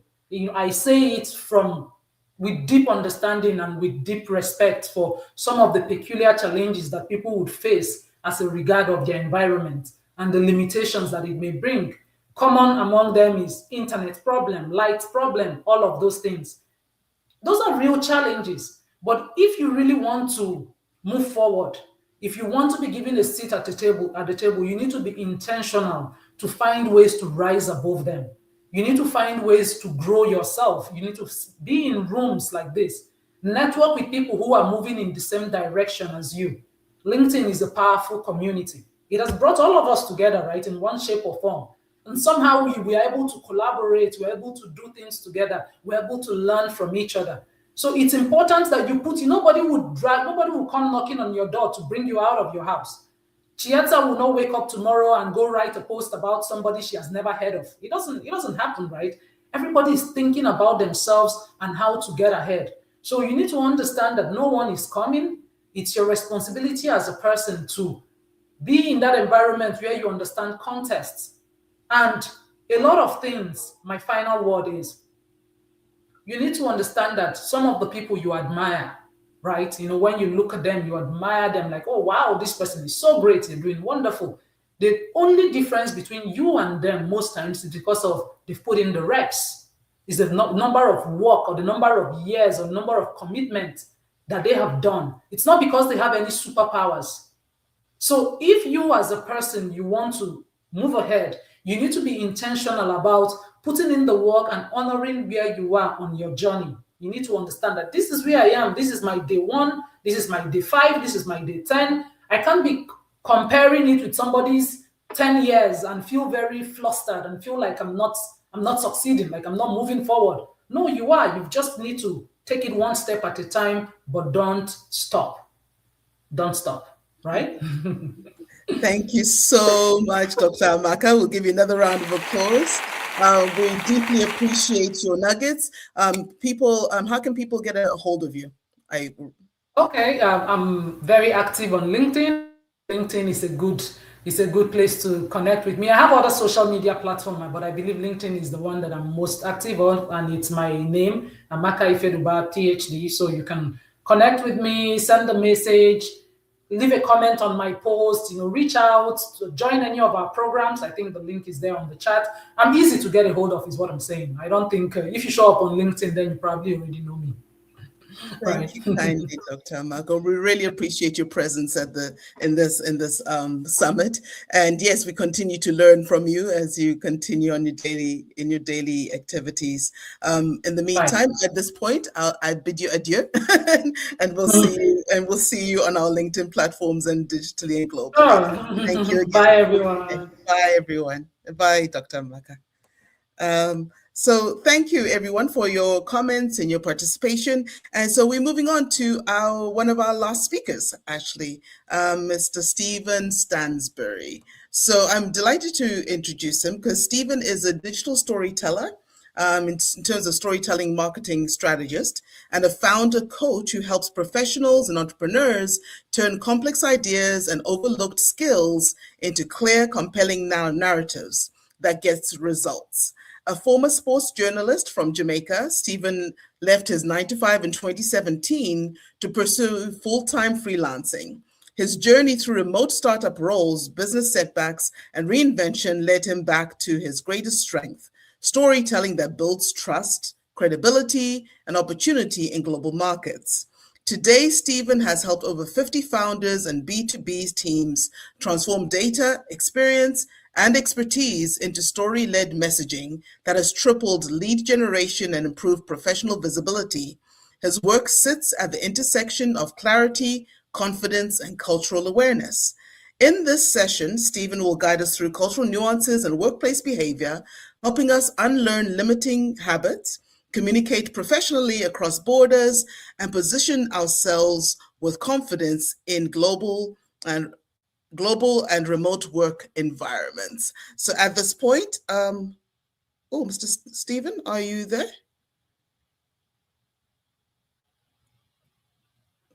That's a bit strange. I thought he was coming up. Ah, there you are. For a moment, I was like, oh, where is he? So everyone, as we welcome Stephen to the stage, let's give him a round of applause. Thank you, Stephen. The floor is yours. Yes, hello, good morning, good afternoon, good evening, whatever time zone you are in. I want to thank you, Chiyedza, for that wonderful introduction. Felt that it is something that I would say myself. Um, I have my presentation here. I don't know if you can see it. Okay, good. All right, so my topic for today is cultural nuances and workplace behavior. So I have dual screen. So if you see me looking one direction, then that's what I'm looking at over here. Now, for the next few minutes, I want to speak on my topic and give you some tips and tricks how to, get to the next level in your content and to use story driven content to generate leads and build trust and get your clients. Now, the invisible barriers, the ones that keep talented African and Caribbean professionals, people with real skills, real credentials, real experience from landing global remote work. And more importantly, how to break through them. Now, I want to be clear about something from the start. This isn't about your skill. It has nothing to do with your skill, but it has everything to do with your technical abilities. You might have done courses, you've earned certificate, you've built a portfolio. So this is about something entirely different. It's how cultural habits, habits that serve you well at home, habits that are rooted in respect and relationship building can actually work against you when you're competing in a global market.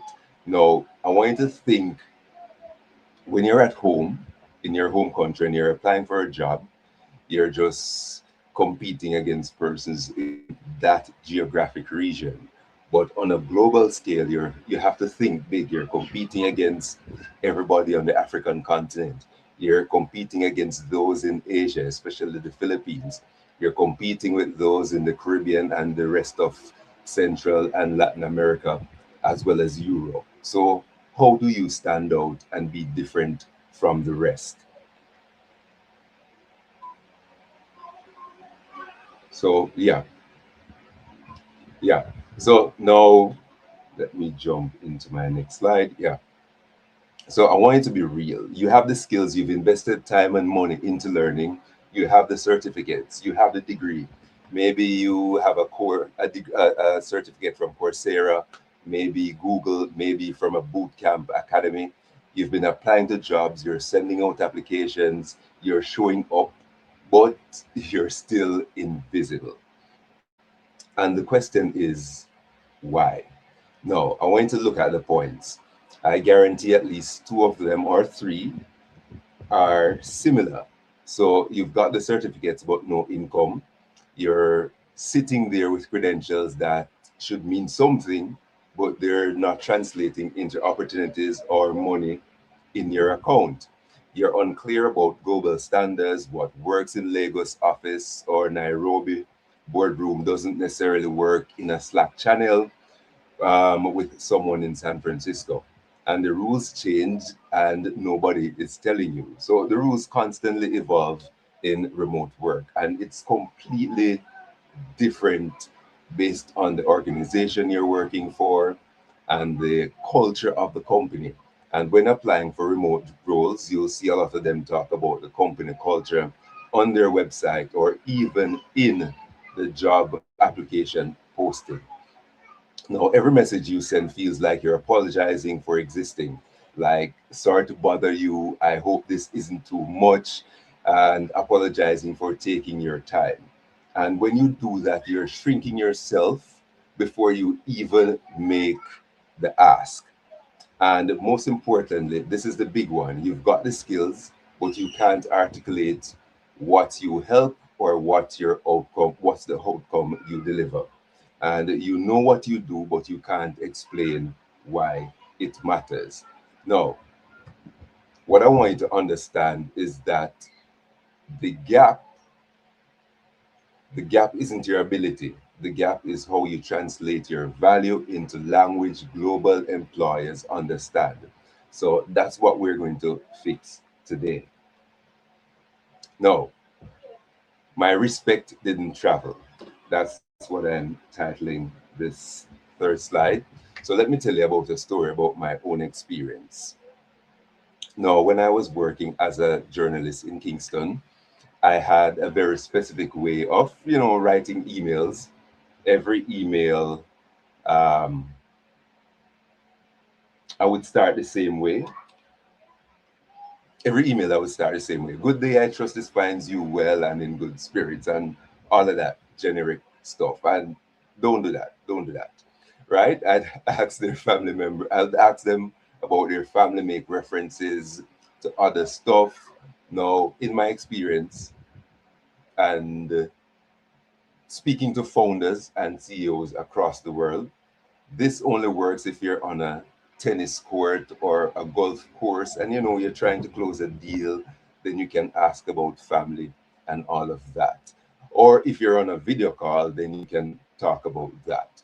But while you're sending an email, that is bad. Remove that from your thought process. So in my culture, that is seen as respect. And that's how you show someone that you value them as a person, not just as a means to an end. So relationship first and task second. That's the norm, right? So when I got my first remote corporate job working with a US based company, I kept doing the exact same thing, the same approach, the same respect. And one day I sent an email to my manager, started with the usual greeting, how you doing, how was your weekend, etc. So her reply came back in less than a minute, 4 words. Just tell me what you need, right? Simple. And that hit me hard because in my mind, I was being respectful. I was building relationship. I was doing everything I've been taught and how to communicate professionally.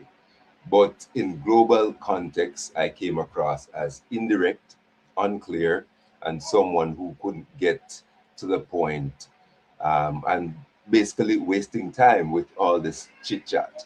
Now, one of the things that I want to mention when communicating, whether you're working internally in the company or you are sending out emails to clients or customers, right?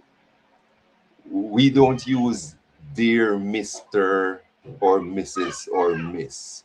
We just say, hey, Stephen, hey, Dr. Ava, stuff like that. You just keep it simple, you keep it casual. You're not being disrespectful. Pardon my background noise if you're hearing it. Yes, you're not being disrespectful. You're just being casual but professional in a sense. Now, what I want to be very clear about is the shift I had to make wasn't about losing my culture. It was about becoming less Jamaican or less Caribbean, but more about learning how professionalism translates across different contexts and providing the same values with different expressions. Now, let me jump into my next slide. Now, let's talk about the first habit that needs to go over, and which is over apologizing. So listen to how this sounds, and I want you to really hear them because you might recognize yourself, right? So sorry to bother you, but I was wondering if you had a moment to look at my proposal. I hope this isn't too much trouble, but could you review this document when you get a chance? Apologies for taking your time. I just wanted to follow up on this. No, in your head, you're thinking you're being polite, you're being considerate, you're showing respect to their time. But here's what these phrases actually signal to the person reading them. You don't believe you deserve space in their inbox, your request isn't legitimate, and you're apologizing for the audacity of existing in their professional sphere. So here's the shift that I want you to practice. Instead of saying sorry to bother you, just say quick question and then ask the question, right? Instead of I hope that this isn't too much, say, would you be able to review this by Friday? Next, state the request directly. Be clear, be specific, save your apologies for actual mistakes. Like when you miss a deadline or send the wrong file, that's when you apologize. And I want you to understand you're not being rude by doing this, you're being clear. And in global professional contexts, clarity is respect. So let me say that again. In global professional contexts, clarity is respect. No, the second habit is waiting to be invited, waiting for permission to contribute value.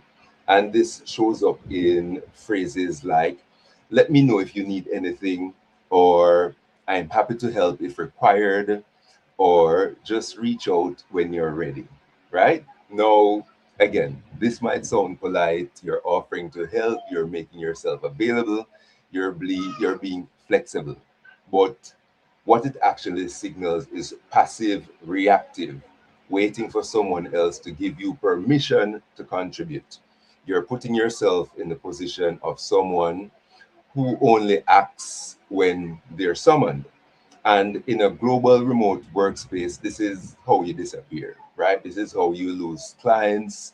Um, as a freelancer, this is how you might lose your remote job for a company that you're working for and thinking you're following the books and doing everything right.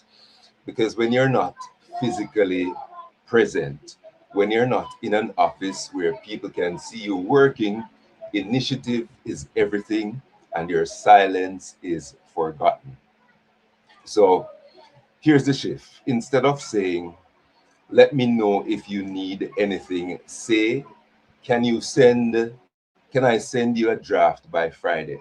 Does that timeline work? Instead of I'm happy to help if required, say, here are three approaches I'd recommend.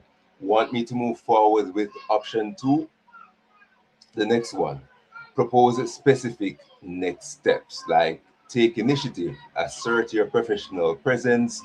Don't wait for someone to notice you're capable. Show them proactivity, right?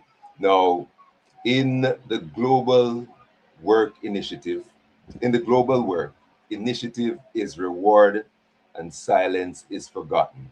So I want you to decide and choose which one you want to be. Do you want to be silent or you want to use your initiative and be rewarded? Now, the third habit that I'm going to look at is indirect communication. And this ties directly to my story from earlier. Like in many African and Caribbean cultures, relationship comes before the task. You don't just jump into business, you build rapport first. You ask about family, you acknowledge the person before you acknowledge the transaction. And that's a beautiful cultural value. But look at the contrast on the slide, right? The direct approach, which is 30 words, straight to the point, clear. You give specific deadline, still professional and still respectful, but it is efficient. Now, I want to be clear about this. This You're not being cold. You're not losing your warmth or your humanity. You're just respecting people's time by getting to the point, and then warm is how you follow up. So you can still be warm and you can still be personable, but just be clear first, right? So let's jump onto the other one, from skills to positioning, because we all have skills. We have skills in different things. Now, let's get to the core issue that will tie this all together. Your skills aren't the problem. So I don't want you to doubt what you do. And a lot of times when I'm consulting freelancers or remote workers, They're thinking that their skill is a problem and that they need to go study something else, do a different course, and then that would make them land that freelance gig or that remote role, right? So I need you to really hear this. If you're sitting there and you have legitimate technical abilities, the problem is how you're communicating your value. So look at the difference on this slide, right? I know Python, SQL, and data visualization. Now, that is generic, that's commodity, and thousands of people can say that exact same thing. And it doesn't answer the one question that matters to an employer or a client. So, what? Why should I care? Right? For this, here's a solution. I help fintech startups turn raw transaction data into investor ready dashboards that close funding rounds. Right? You see, that's specific, that's valuable, that's memorable. That's how you position yourself. And this formula is simple, and I want you to memorize this because you're going to use it. So let's break it down. I help the specific who do the specific what so they can the specific outcome, right? So let's say it one more time. I help who do what so they can have the particular outcome.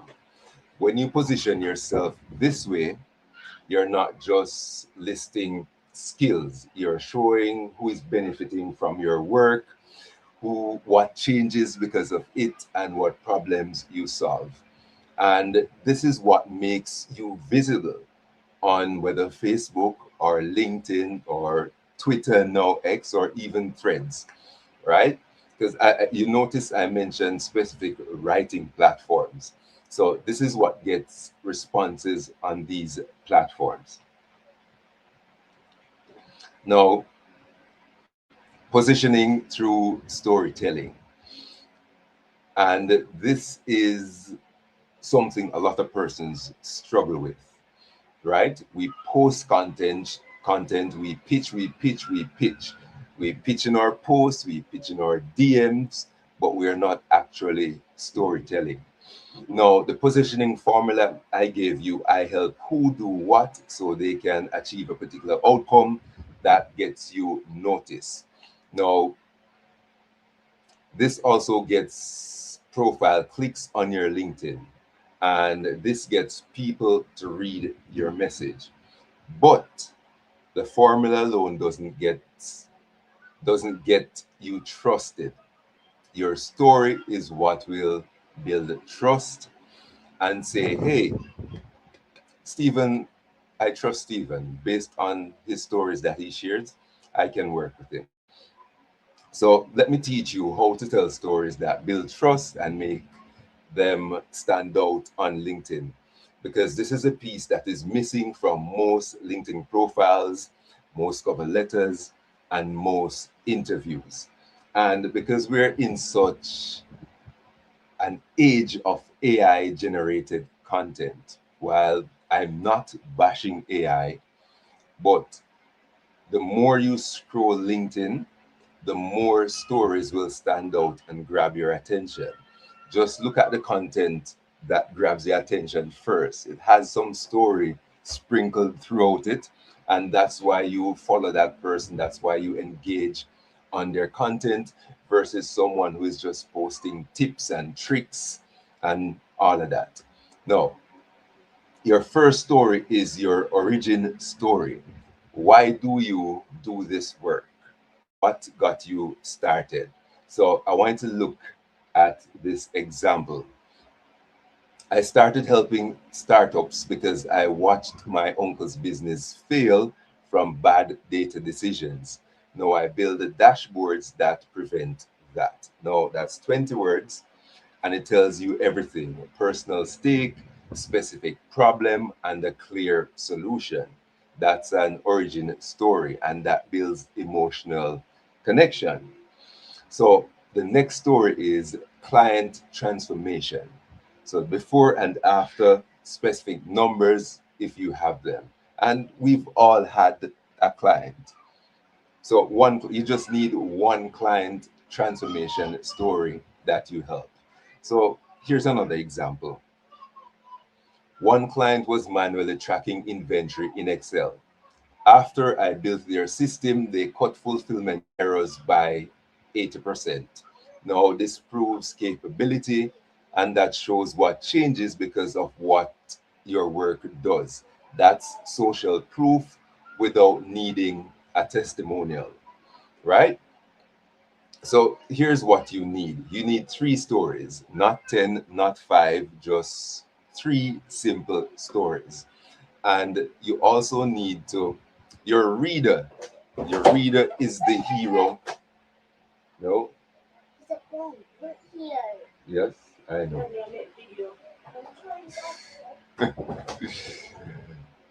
Another day in my life. So, yeah, you don't need 3 stories. You need, well, correction. Let me clarify what I was saying. You only need 3 stories, not 10, not 5, just 3, right? And your audience needs to be the hero. They need to see themselves in your story. So, story 1. Why do you do this work? Your origin story that builds emotional connection, and people want to know why you care. Story 2, a specific client transformation, before and after. This proves capability. People want to know you can actually deliver results. And story 3, how you're different, your unique approach. This creates differentiation, and people want to know why you instead of someone else, right? So this is how you will definitely stand out.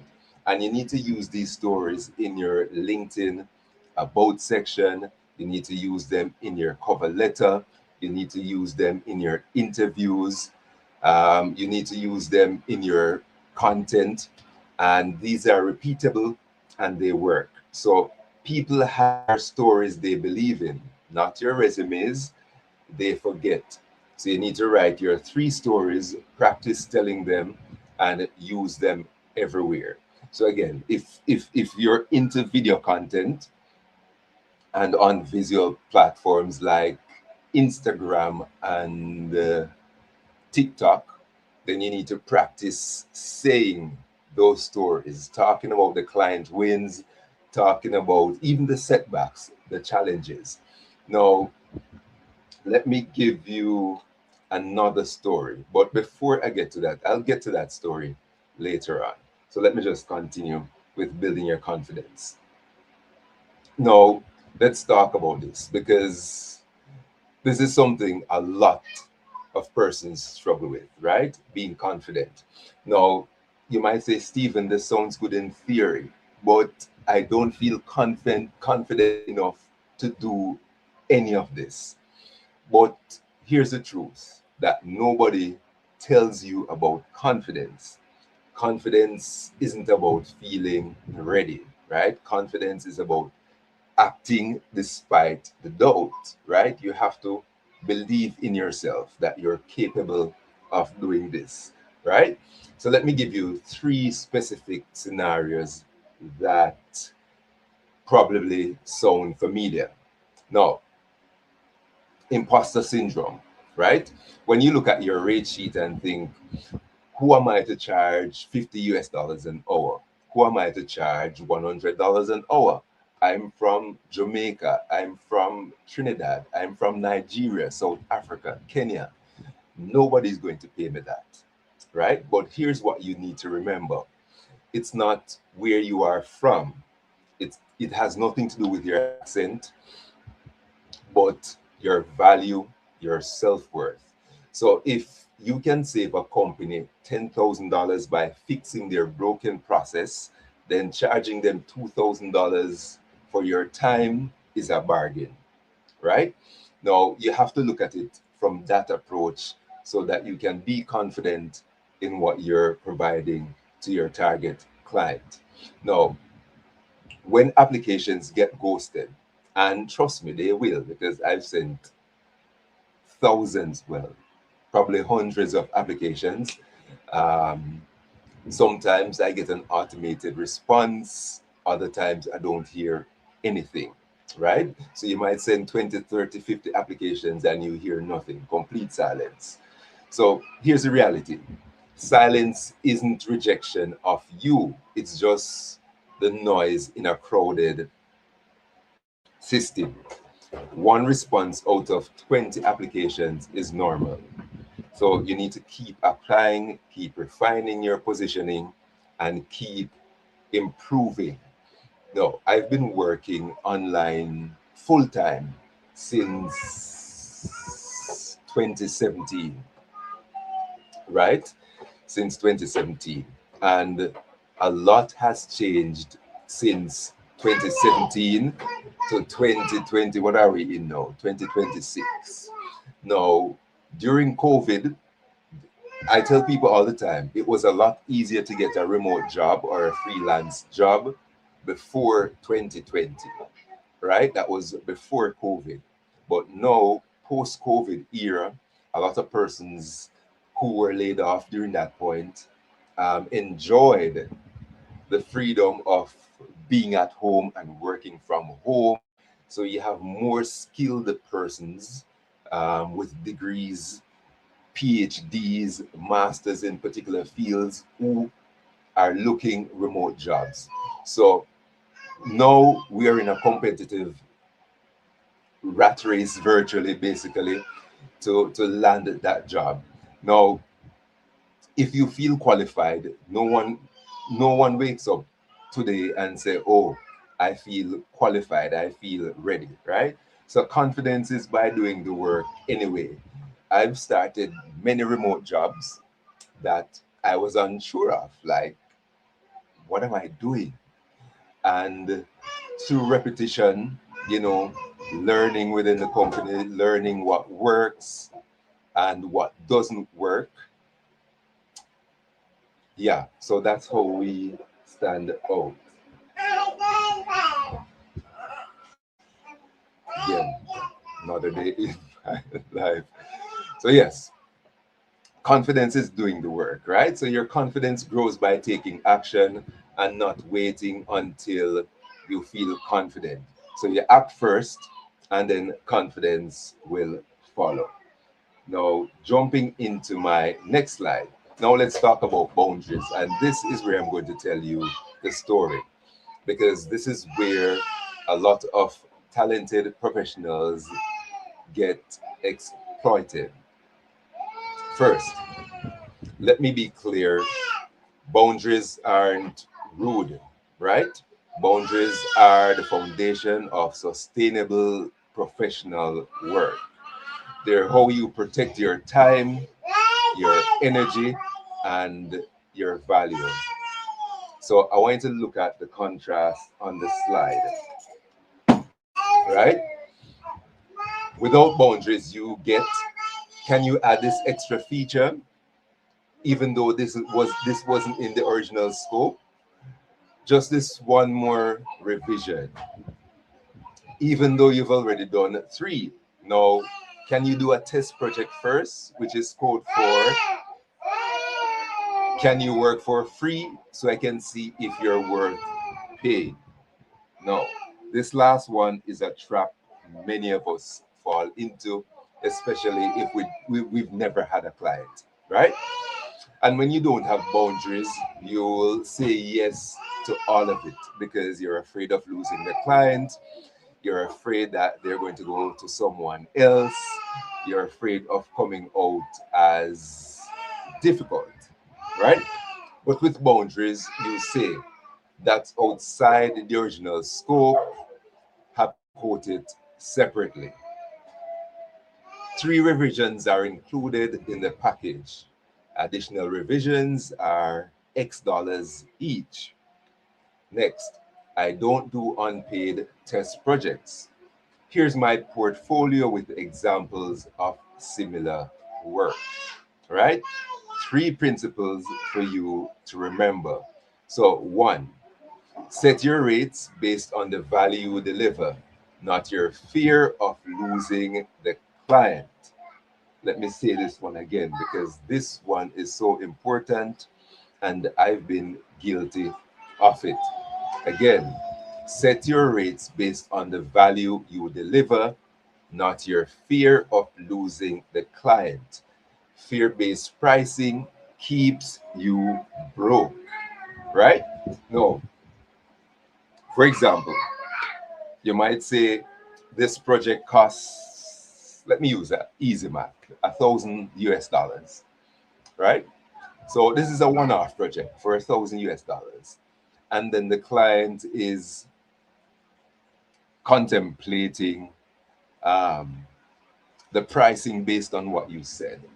And then immediately you drop your price to say, oh, I can do it for $700, right? Why would you take off $300 off your pricing just that because of fear of losing the client, right? One other thing is if a client is for you, they will be for you, right? The next thing I want to do is say no without guilt. I'm not available at this time. That is a complete sentence, right? I'm not available at this time, full stop. You don't need to explain why. You don't need to justify, just decline and propose an alternative if you want to, right? The third point is if they push back on the boundaries, they weren't the right clients. Good clients, the ones you actually want to work with, respect boundaries. Bad clients violate them constantly. So you need to choose accordingly. So now let me show you a story, share a story about a client I was working with 2 years ago. Now the client was based in Europe, and it's funny every time I tell this story. The client was based in Europe, right? So we would have overlapping time zones based on that.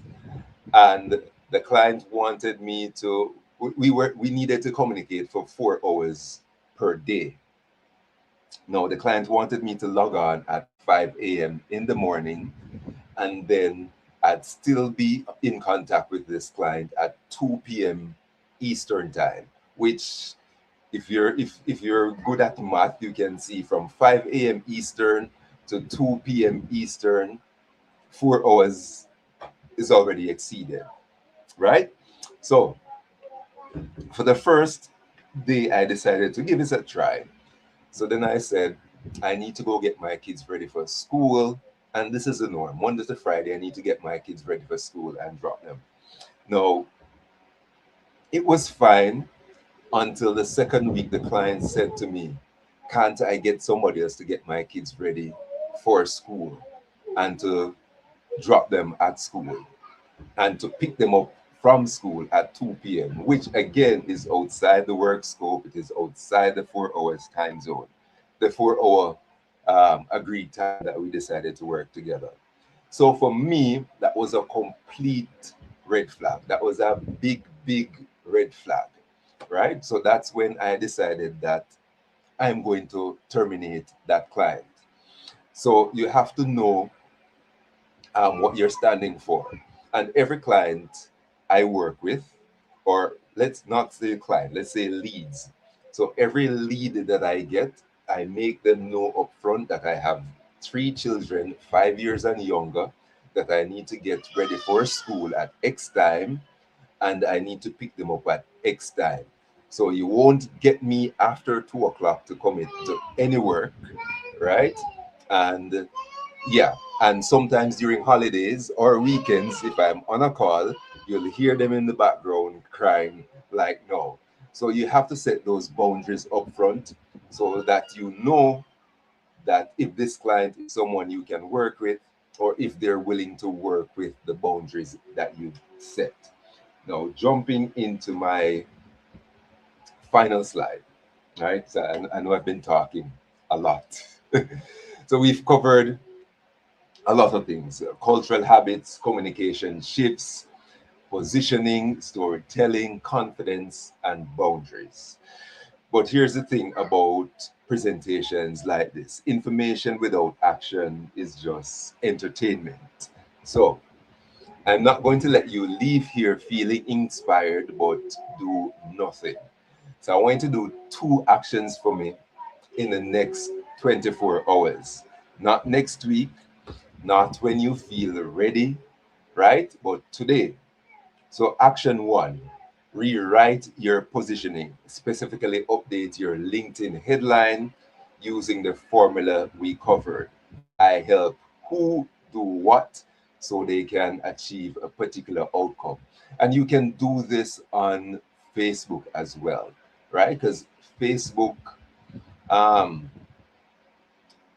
let me put it this way, the 2 platforms where people have money, your target audience is our Facebook and LinkedIn, right? Not TikTok, not Instagram, right? And Twitter as well. But Twitter doesn't allow, or X, whichever name you decide to use. You have to be very specific when updating your bio there, depending on the amount of characters you can. So do this for if you are on Facebook, and do this on your LinkedIn, right? So don't overthink. Don't wait for don't wait for perfect. I want you to just rewrite it right now. If you have your phone, well, not now on the call, because I still need to engage. And I want you to pull up your LinkedIn and you write that draft, right? Now, the second action is to set one boundary. Today, not tomorrow, but today. And another thing I want to highlight with boundaries is that outside of our working hours, or the working hours that we agree with our client, the client might send an email.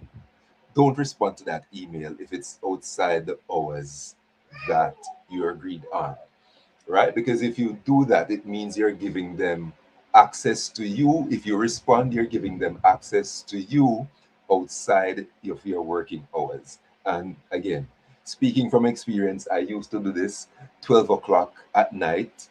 I would get an email from my boss, and then I'm responding to it at 12:02. Why? It could wait until tomorrow, right? I wasn't going to lose the job because of that. It's just that the boss, they probably are online at that time, going through their notes, going through their documents, or going through something that they want to implement within the company. And in order not to forget, they decide to send that information to you. So you don't have to respond to them immediately. So this is another way of protecting your boundary. So one of the things I want you to do when you set boundary is say no to something, whether it's scope creeping on an existing project, a request for unpaid work, and a meeting that doesn't serve you, time you don't actually have, but we're going to give anyway out of obligation, right? So practice protecting what matters, practice saying no without apologizing, practice being unavailable because you need your time, you need your me time, right? Because this is how you build muscle, not just physical muscle, but mental muscle. So not tomorrow, not next week, today, after you finish this call, I want you to take these 2 actions, especially the first one, rewrite your positioning and set one boundary. And remember this, your culture isn't your problem. Your background isn't the problem. Your accent, your location, where you're from, none of that is a problem. The problem is unclear positioning and weak boundaries that needs fixing. So fix those and doors will open and people will start responding. And my final thing that I want to add, I should have mentioned it earlier. It totally slipped me. On LinkedIn. If you're on LinkedIn and you're looking clients on LinkedIn, do not, and I repeat, do not let your first message to that potential client be a pitch, right? Allow them to pitch to you. Like, let's say, Stephen, I like what you're doing on LinkedIn. Let's work together. That is fine. But don't be Stephen and slide in their DMs and say, and send them your resume and your list of achievements. Don't do that. The first conversation you need to do is under their comments. So if they make a post, you comment something valuable. Again, do not pitch, avoid pitching, right? Then afterwards, you can probably, after your first set of engagements, and please, no AI generated comments, because most founders or brands will not respond to that, especially if they know it is. So the next thing you're going to do is send them a connection request. If they accept your connection request, again, don't pitch. You're just going to have a conversation. I like the post you made on a particular topic.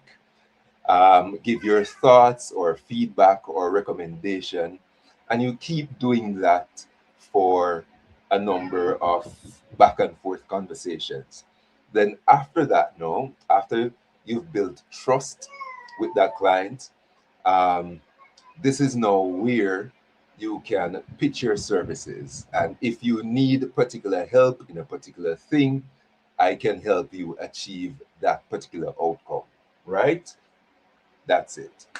If they ghost you, don't be offended by it, right? It's just the norm. It's same like if you're sending an application and they don't respond to you, it's the same approach. So don't be offended.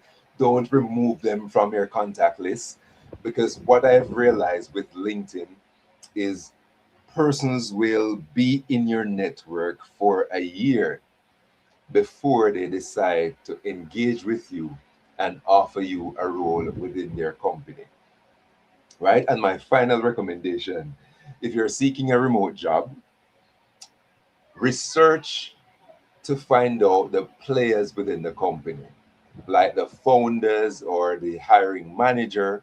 So when you're sending out that application letter, you can quote by title. You can use their name in the email, and don't just be generic and say, "Dear hiring manager, I'm applying for the role of X, Y, and Z, blah, blah, blah." So do this and doors will open for you. So I hope you found value in this, and thank you for listening.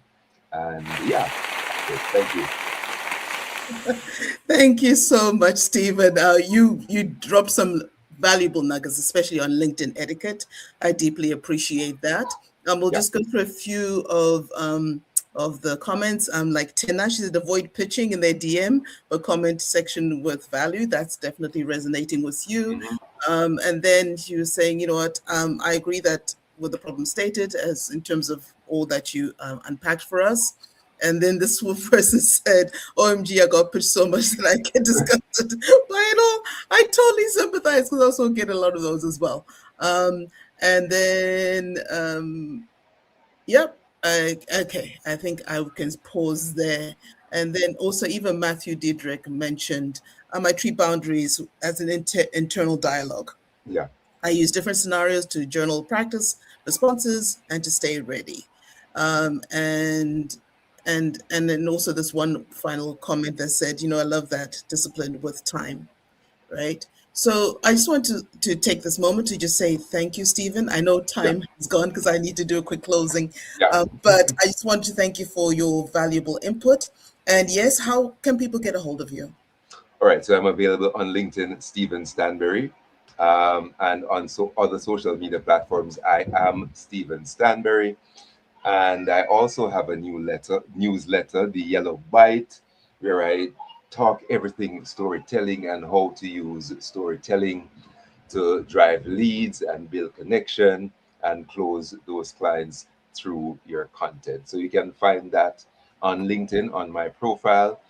And don't be a stranger. You can send me a connection request. And my final advice, don't just connect and leave it like that, right? If you send somebody a connection request, be the first to send them a DM, right? So send them a DM. Say thank you for accepting my request. I found X and I found you through X, or I like your post on Y, stuff like that. So don't just send them and leave it there, because that's a waste of time. Yeah. Thank you so much, Stephen. We appreciate you. And And greetings to your family. I understand I'm an auntie of 14 nieces and nephews, so I Yeah, totally understand the different age groups. It was good to have their music in the background. yeah. Thank you. Okay, you have a great rest of the weekend. Okay, Thank bye you. for now. So, yes, we've been talking a lot. You've all have been listening to all these amazing, fantastic speakers. I just want to thank you all for your time. I won't keep you for much longer because I know it has been a long time and I know it's our weekend. So I'm just going to just quickly jump into it because before we close, I want to leave you with one clear invitation. Because everything you've heard here today comes down to one idea I call smart income. And no, in terms of my offering, it's not a course, it's not a motivation, but it's a strategy or practice. So I will just quickly share my screen so that you can see this is what I would like to share as an offering as we conclude this summit. So smart income is about how you use AI to facilitate better decisions, into better understanding and better outcomes, starting exactly where you are. And we are acknowledging that AI is not a way to replace human judgment or cultural knowledge or local trust, but it amplifies it. So, for example, when a parent needs help understanding a school report, or a patient needs clarity before seeing a professional, or a farmer needs help interpreting information, or a small business needs to communicate better, what they really need is a human bridge. And that's a role I'm calling an AI amplified service facilitator, where you're not an expert, you're not the authority, but you're the bridge. And you basically help people describe their problems, use AI to explore options, translate information into local reality, decide next steps, and know how to refer professionals. And this is legitimate, and that is ethical, and it is monetizable. So just referring to what I am offering in closing to the summit is basically it's a way to practice what you want to offer to the world. Because as much as we've been talking a lot about global positioning and how you present your expertise and skills, it is also important to build your foundation of how you actually do that. And so I am offering the Smart Income Activation Guide for $37. And this is also including a 90-minute activation workshop with me this coming Saturday, January 31st. And what I'll do is that I'll walk you step by step through activating one lane of using AI tools responsibly and ethically. And you can get practice. And so basically what you practice locally in terms of building trust, in terms of building problem solving skills, in terms of building your presentation skills, then you can use that as you as you continue on your digital presentations to build a more global trust and be better positioned to access international opportunities. So this will be taking place in a private Zoom room. And so I will put the link in the comments and then you can register from there. And then my second offering is for individuals who want to just do their own career audit, right? And so this is a one-on-one strategy session. And this is where we do a career audit of where you are at now and how to create a framework of how to reposition yourself for global opportunities using AI tools. So right now it's at a discounted price, again, on my website, and I'll also put the link in the comments so that will be for 1 hour with me. And that's how I would like to bring this to a close. So I am keeping these prices for today because I know the next 24 hours are critical. So yes, I'm looking forward to continue to engage with you either in a group setting or one-on-one. And as we bring this to a close, I'm actually going to invite Dr. Ava Eagle Brown to just join me on stage for a moment, just to say thank you to you all. I appreciate all the, oh, whoops, why is this not unmuting?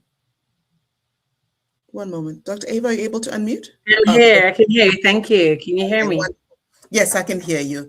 So I just wanted to bring this to a close. I know in terms of, yes, I'm African AI Auntie, and the main reason why I created what I created is in response to a single message I received from my niece earlier last year asking me, Auntie, how do I make money online? And so this is my genuine response, sharing my 21-year journey of finding ways to make education relevant. Because as much as we go through education, it's at the end of the day is how can we develop the skills to be able to generate the income to take care of ourselves and our families. And so that's all the two offerings that I shared with you. And I just wanted to again thank Dr. Ava Eagle Brown in this session as we close, because I wouldn't be doing this without you. I can't believe we started this 8 weeks ago. And and I felt almost like I'm being turbocharged AI myself to have this happen. But I want to thank you all for coming. I appreciate all your engagement on LinkedIn, on YouTube. You're welcome to visit the recording. I will be reaching out to you, those who have access to your emails. I know some people signed up, and the different ways I'll continue the conversation. But in everything, thank you all for helping us make this Global Compass Virtual Summit a success. And I'll give you the floor, Dr. Ava, if you have a word or two before we close out the stream. Wow, Chiyedza, I kept texting you throughout. This has been such a world-class event. I have spoken on the stage with Kuba, who you know. I've done Les Brown, I've done Eric Thomas, Lisa Nichols, Shirley Ralph. This was top class. I'm so proud of you. And I hope you're proud of yourself, because to execute something like this, it takes so much work. And I know the work that's gone on behind the scenes. We know it. Amaka spoke to it. There have been sleepless nights and days, but what an amazing event. And what a world-class event you have executed so seamlessly. I want to say to those who have listened, because so as I speak all over the world, I'm going to speak in France in March. And as I speak globally, one of the things that I notice what people do, they show up to events, they get motivated, they have a hoorah, and then they go home. And then the next event, they're on board and they think, why have I not been transforming? Why is my life not moving forward? That is for the simple fact that you haven't taken action. So there are two actions I'd love you to take today. Very simple. And by the way, Chiyedza, I'm going to implore you, we've not discussed this, to keep this summit up for one day and then you take it off LinkedIn, because you should be offering this. This is what people pay $5,000 to get. Can I just say that? So don't keep this on LinkedIn for the whole time, 24 hours, and you should consider taking it down, because you've given so much nuggets here today. Those who didn't come should now come and pay you to play. I really believe that. But I want to leave two nuggets with you guys today to take action, because if nothing happens, I want to encourage you to click the link and get those two offers that Chiyedza has. They cost nothing. For what she gave you today, they're nothing. When I divided this is paying for coffee for what? 3 weeks coffee, $67 or something like, not even 3 weeks coffee. It's coffee for 2 weeks at Starbucks. You need to invest in yourselves. Part of the challenge I have with the continent is that not enough of us are willing to invest in self. Yes, ChatGTP can teach you. Yes, Cloud AI can teach you. But the reality is, when you want to deep dive into humanness, you need a person. So Chiyedza, I really hope that some person on here click the link, because I'm sick and tired. And Chiyedza, I've shared these with you. I have received so many inbox pitches from persons on the continent who have never spoken to me. It's pissed me off so crazily. And today I decided not to touch it, because I may have called names. I wouldn't have called names, by the way. But we have to learn how to brush up our skills. And this is an opportunity. So thanks to all the speakers. Thank you, Chiyedza, for working with me. Thank you for trusting me with your process, honey. Thank you for trusting me that we could execute this. I remember when we talked about this, you weren't so sure, but with time, we got there. And oh my freaking God, I am so proud of you. I'm proud to be your coach. I'm proud to be your friend. I'm proud to be a sister. I'm proud just to stand on the stage, to hear Stephen, to hear Kuba, Dr. Amaka, Miss Kim, Zion. It was so phenomenal. So you should be so proud tonight. I'm going to hope you sleep tonight. I'm going to patois. I hope you get a good night's rest tonight. So to everybody who came, we're so grateful. Thank you. Don't just hear the information, execute. Take action. And Chiyedza, where can people find you? Because you need to be found. You have some bloody gems and arsenals up your sleeve that you need to make sure the world continue to hear your voice. This should not be your last event. The next event should be a paid event, Chiyedza. Yes, ma'am. Highway 399 is closed. Somebody write that in the comment. Highway 399 is officially closed. God bless you. Thank you. I look forward to hearing from you. Please follow us. Comment. The second thing I want to ask you is to comment under the post or on your page. What an amazing event. Share it with your friends. Make them have FOMO, fear of missing out, because they weren't here. God bless you. God keep you. Thank you so much. And Africa is rising, and we are part of it. Thank you so much, everybody. Good night. Thank you, Chiyedza. God bless you. Thank you, Dr. Ava. Thank you, everyone, for listening. I appreciate all your attendance. I am going to bring this to a close. You can follow me on LinkedIn. I've given the links for my direct website for the 2 offers I have, and you'll be hearing from me through email as well. Have a wonderful rest of the weekend, and I appreciate you all. Thank you, and goodbye. Bye for now.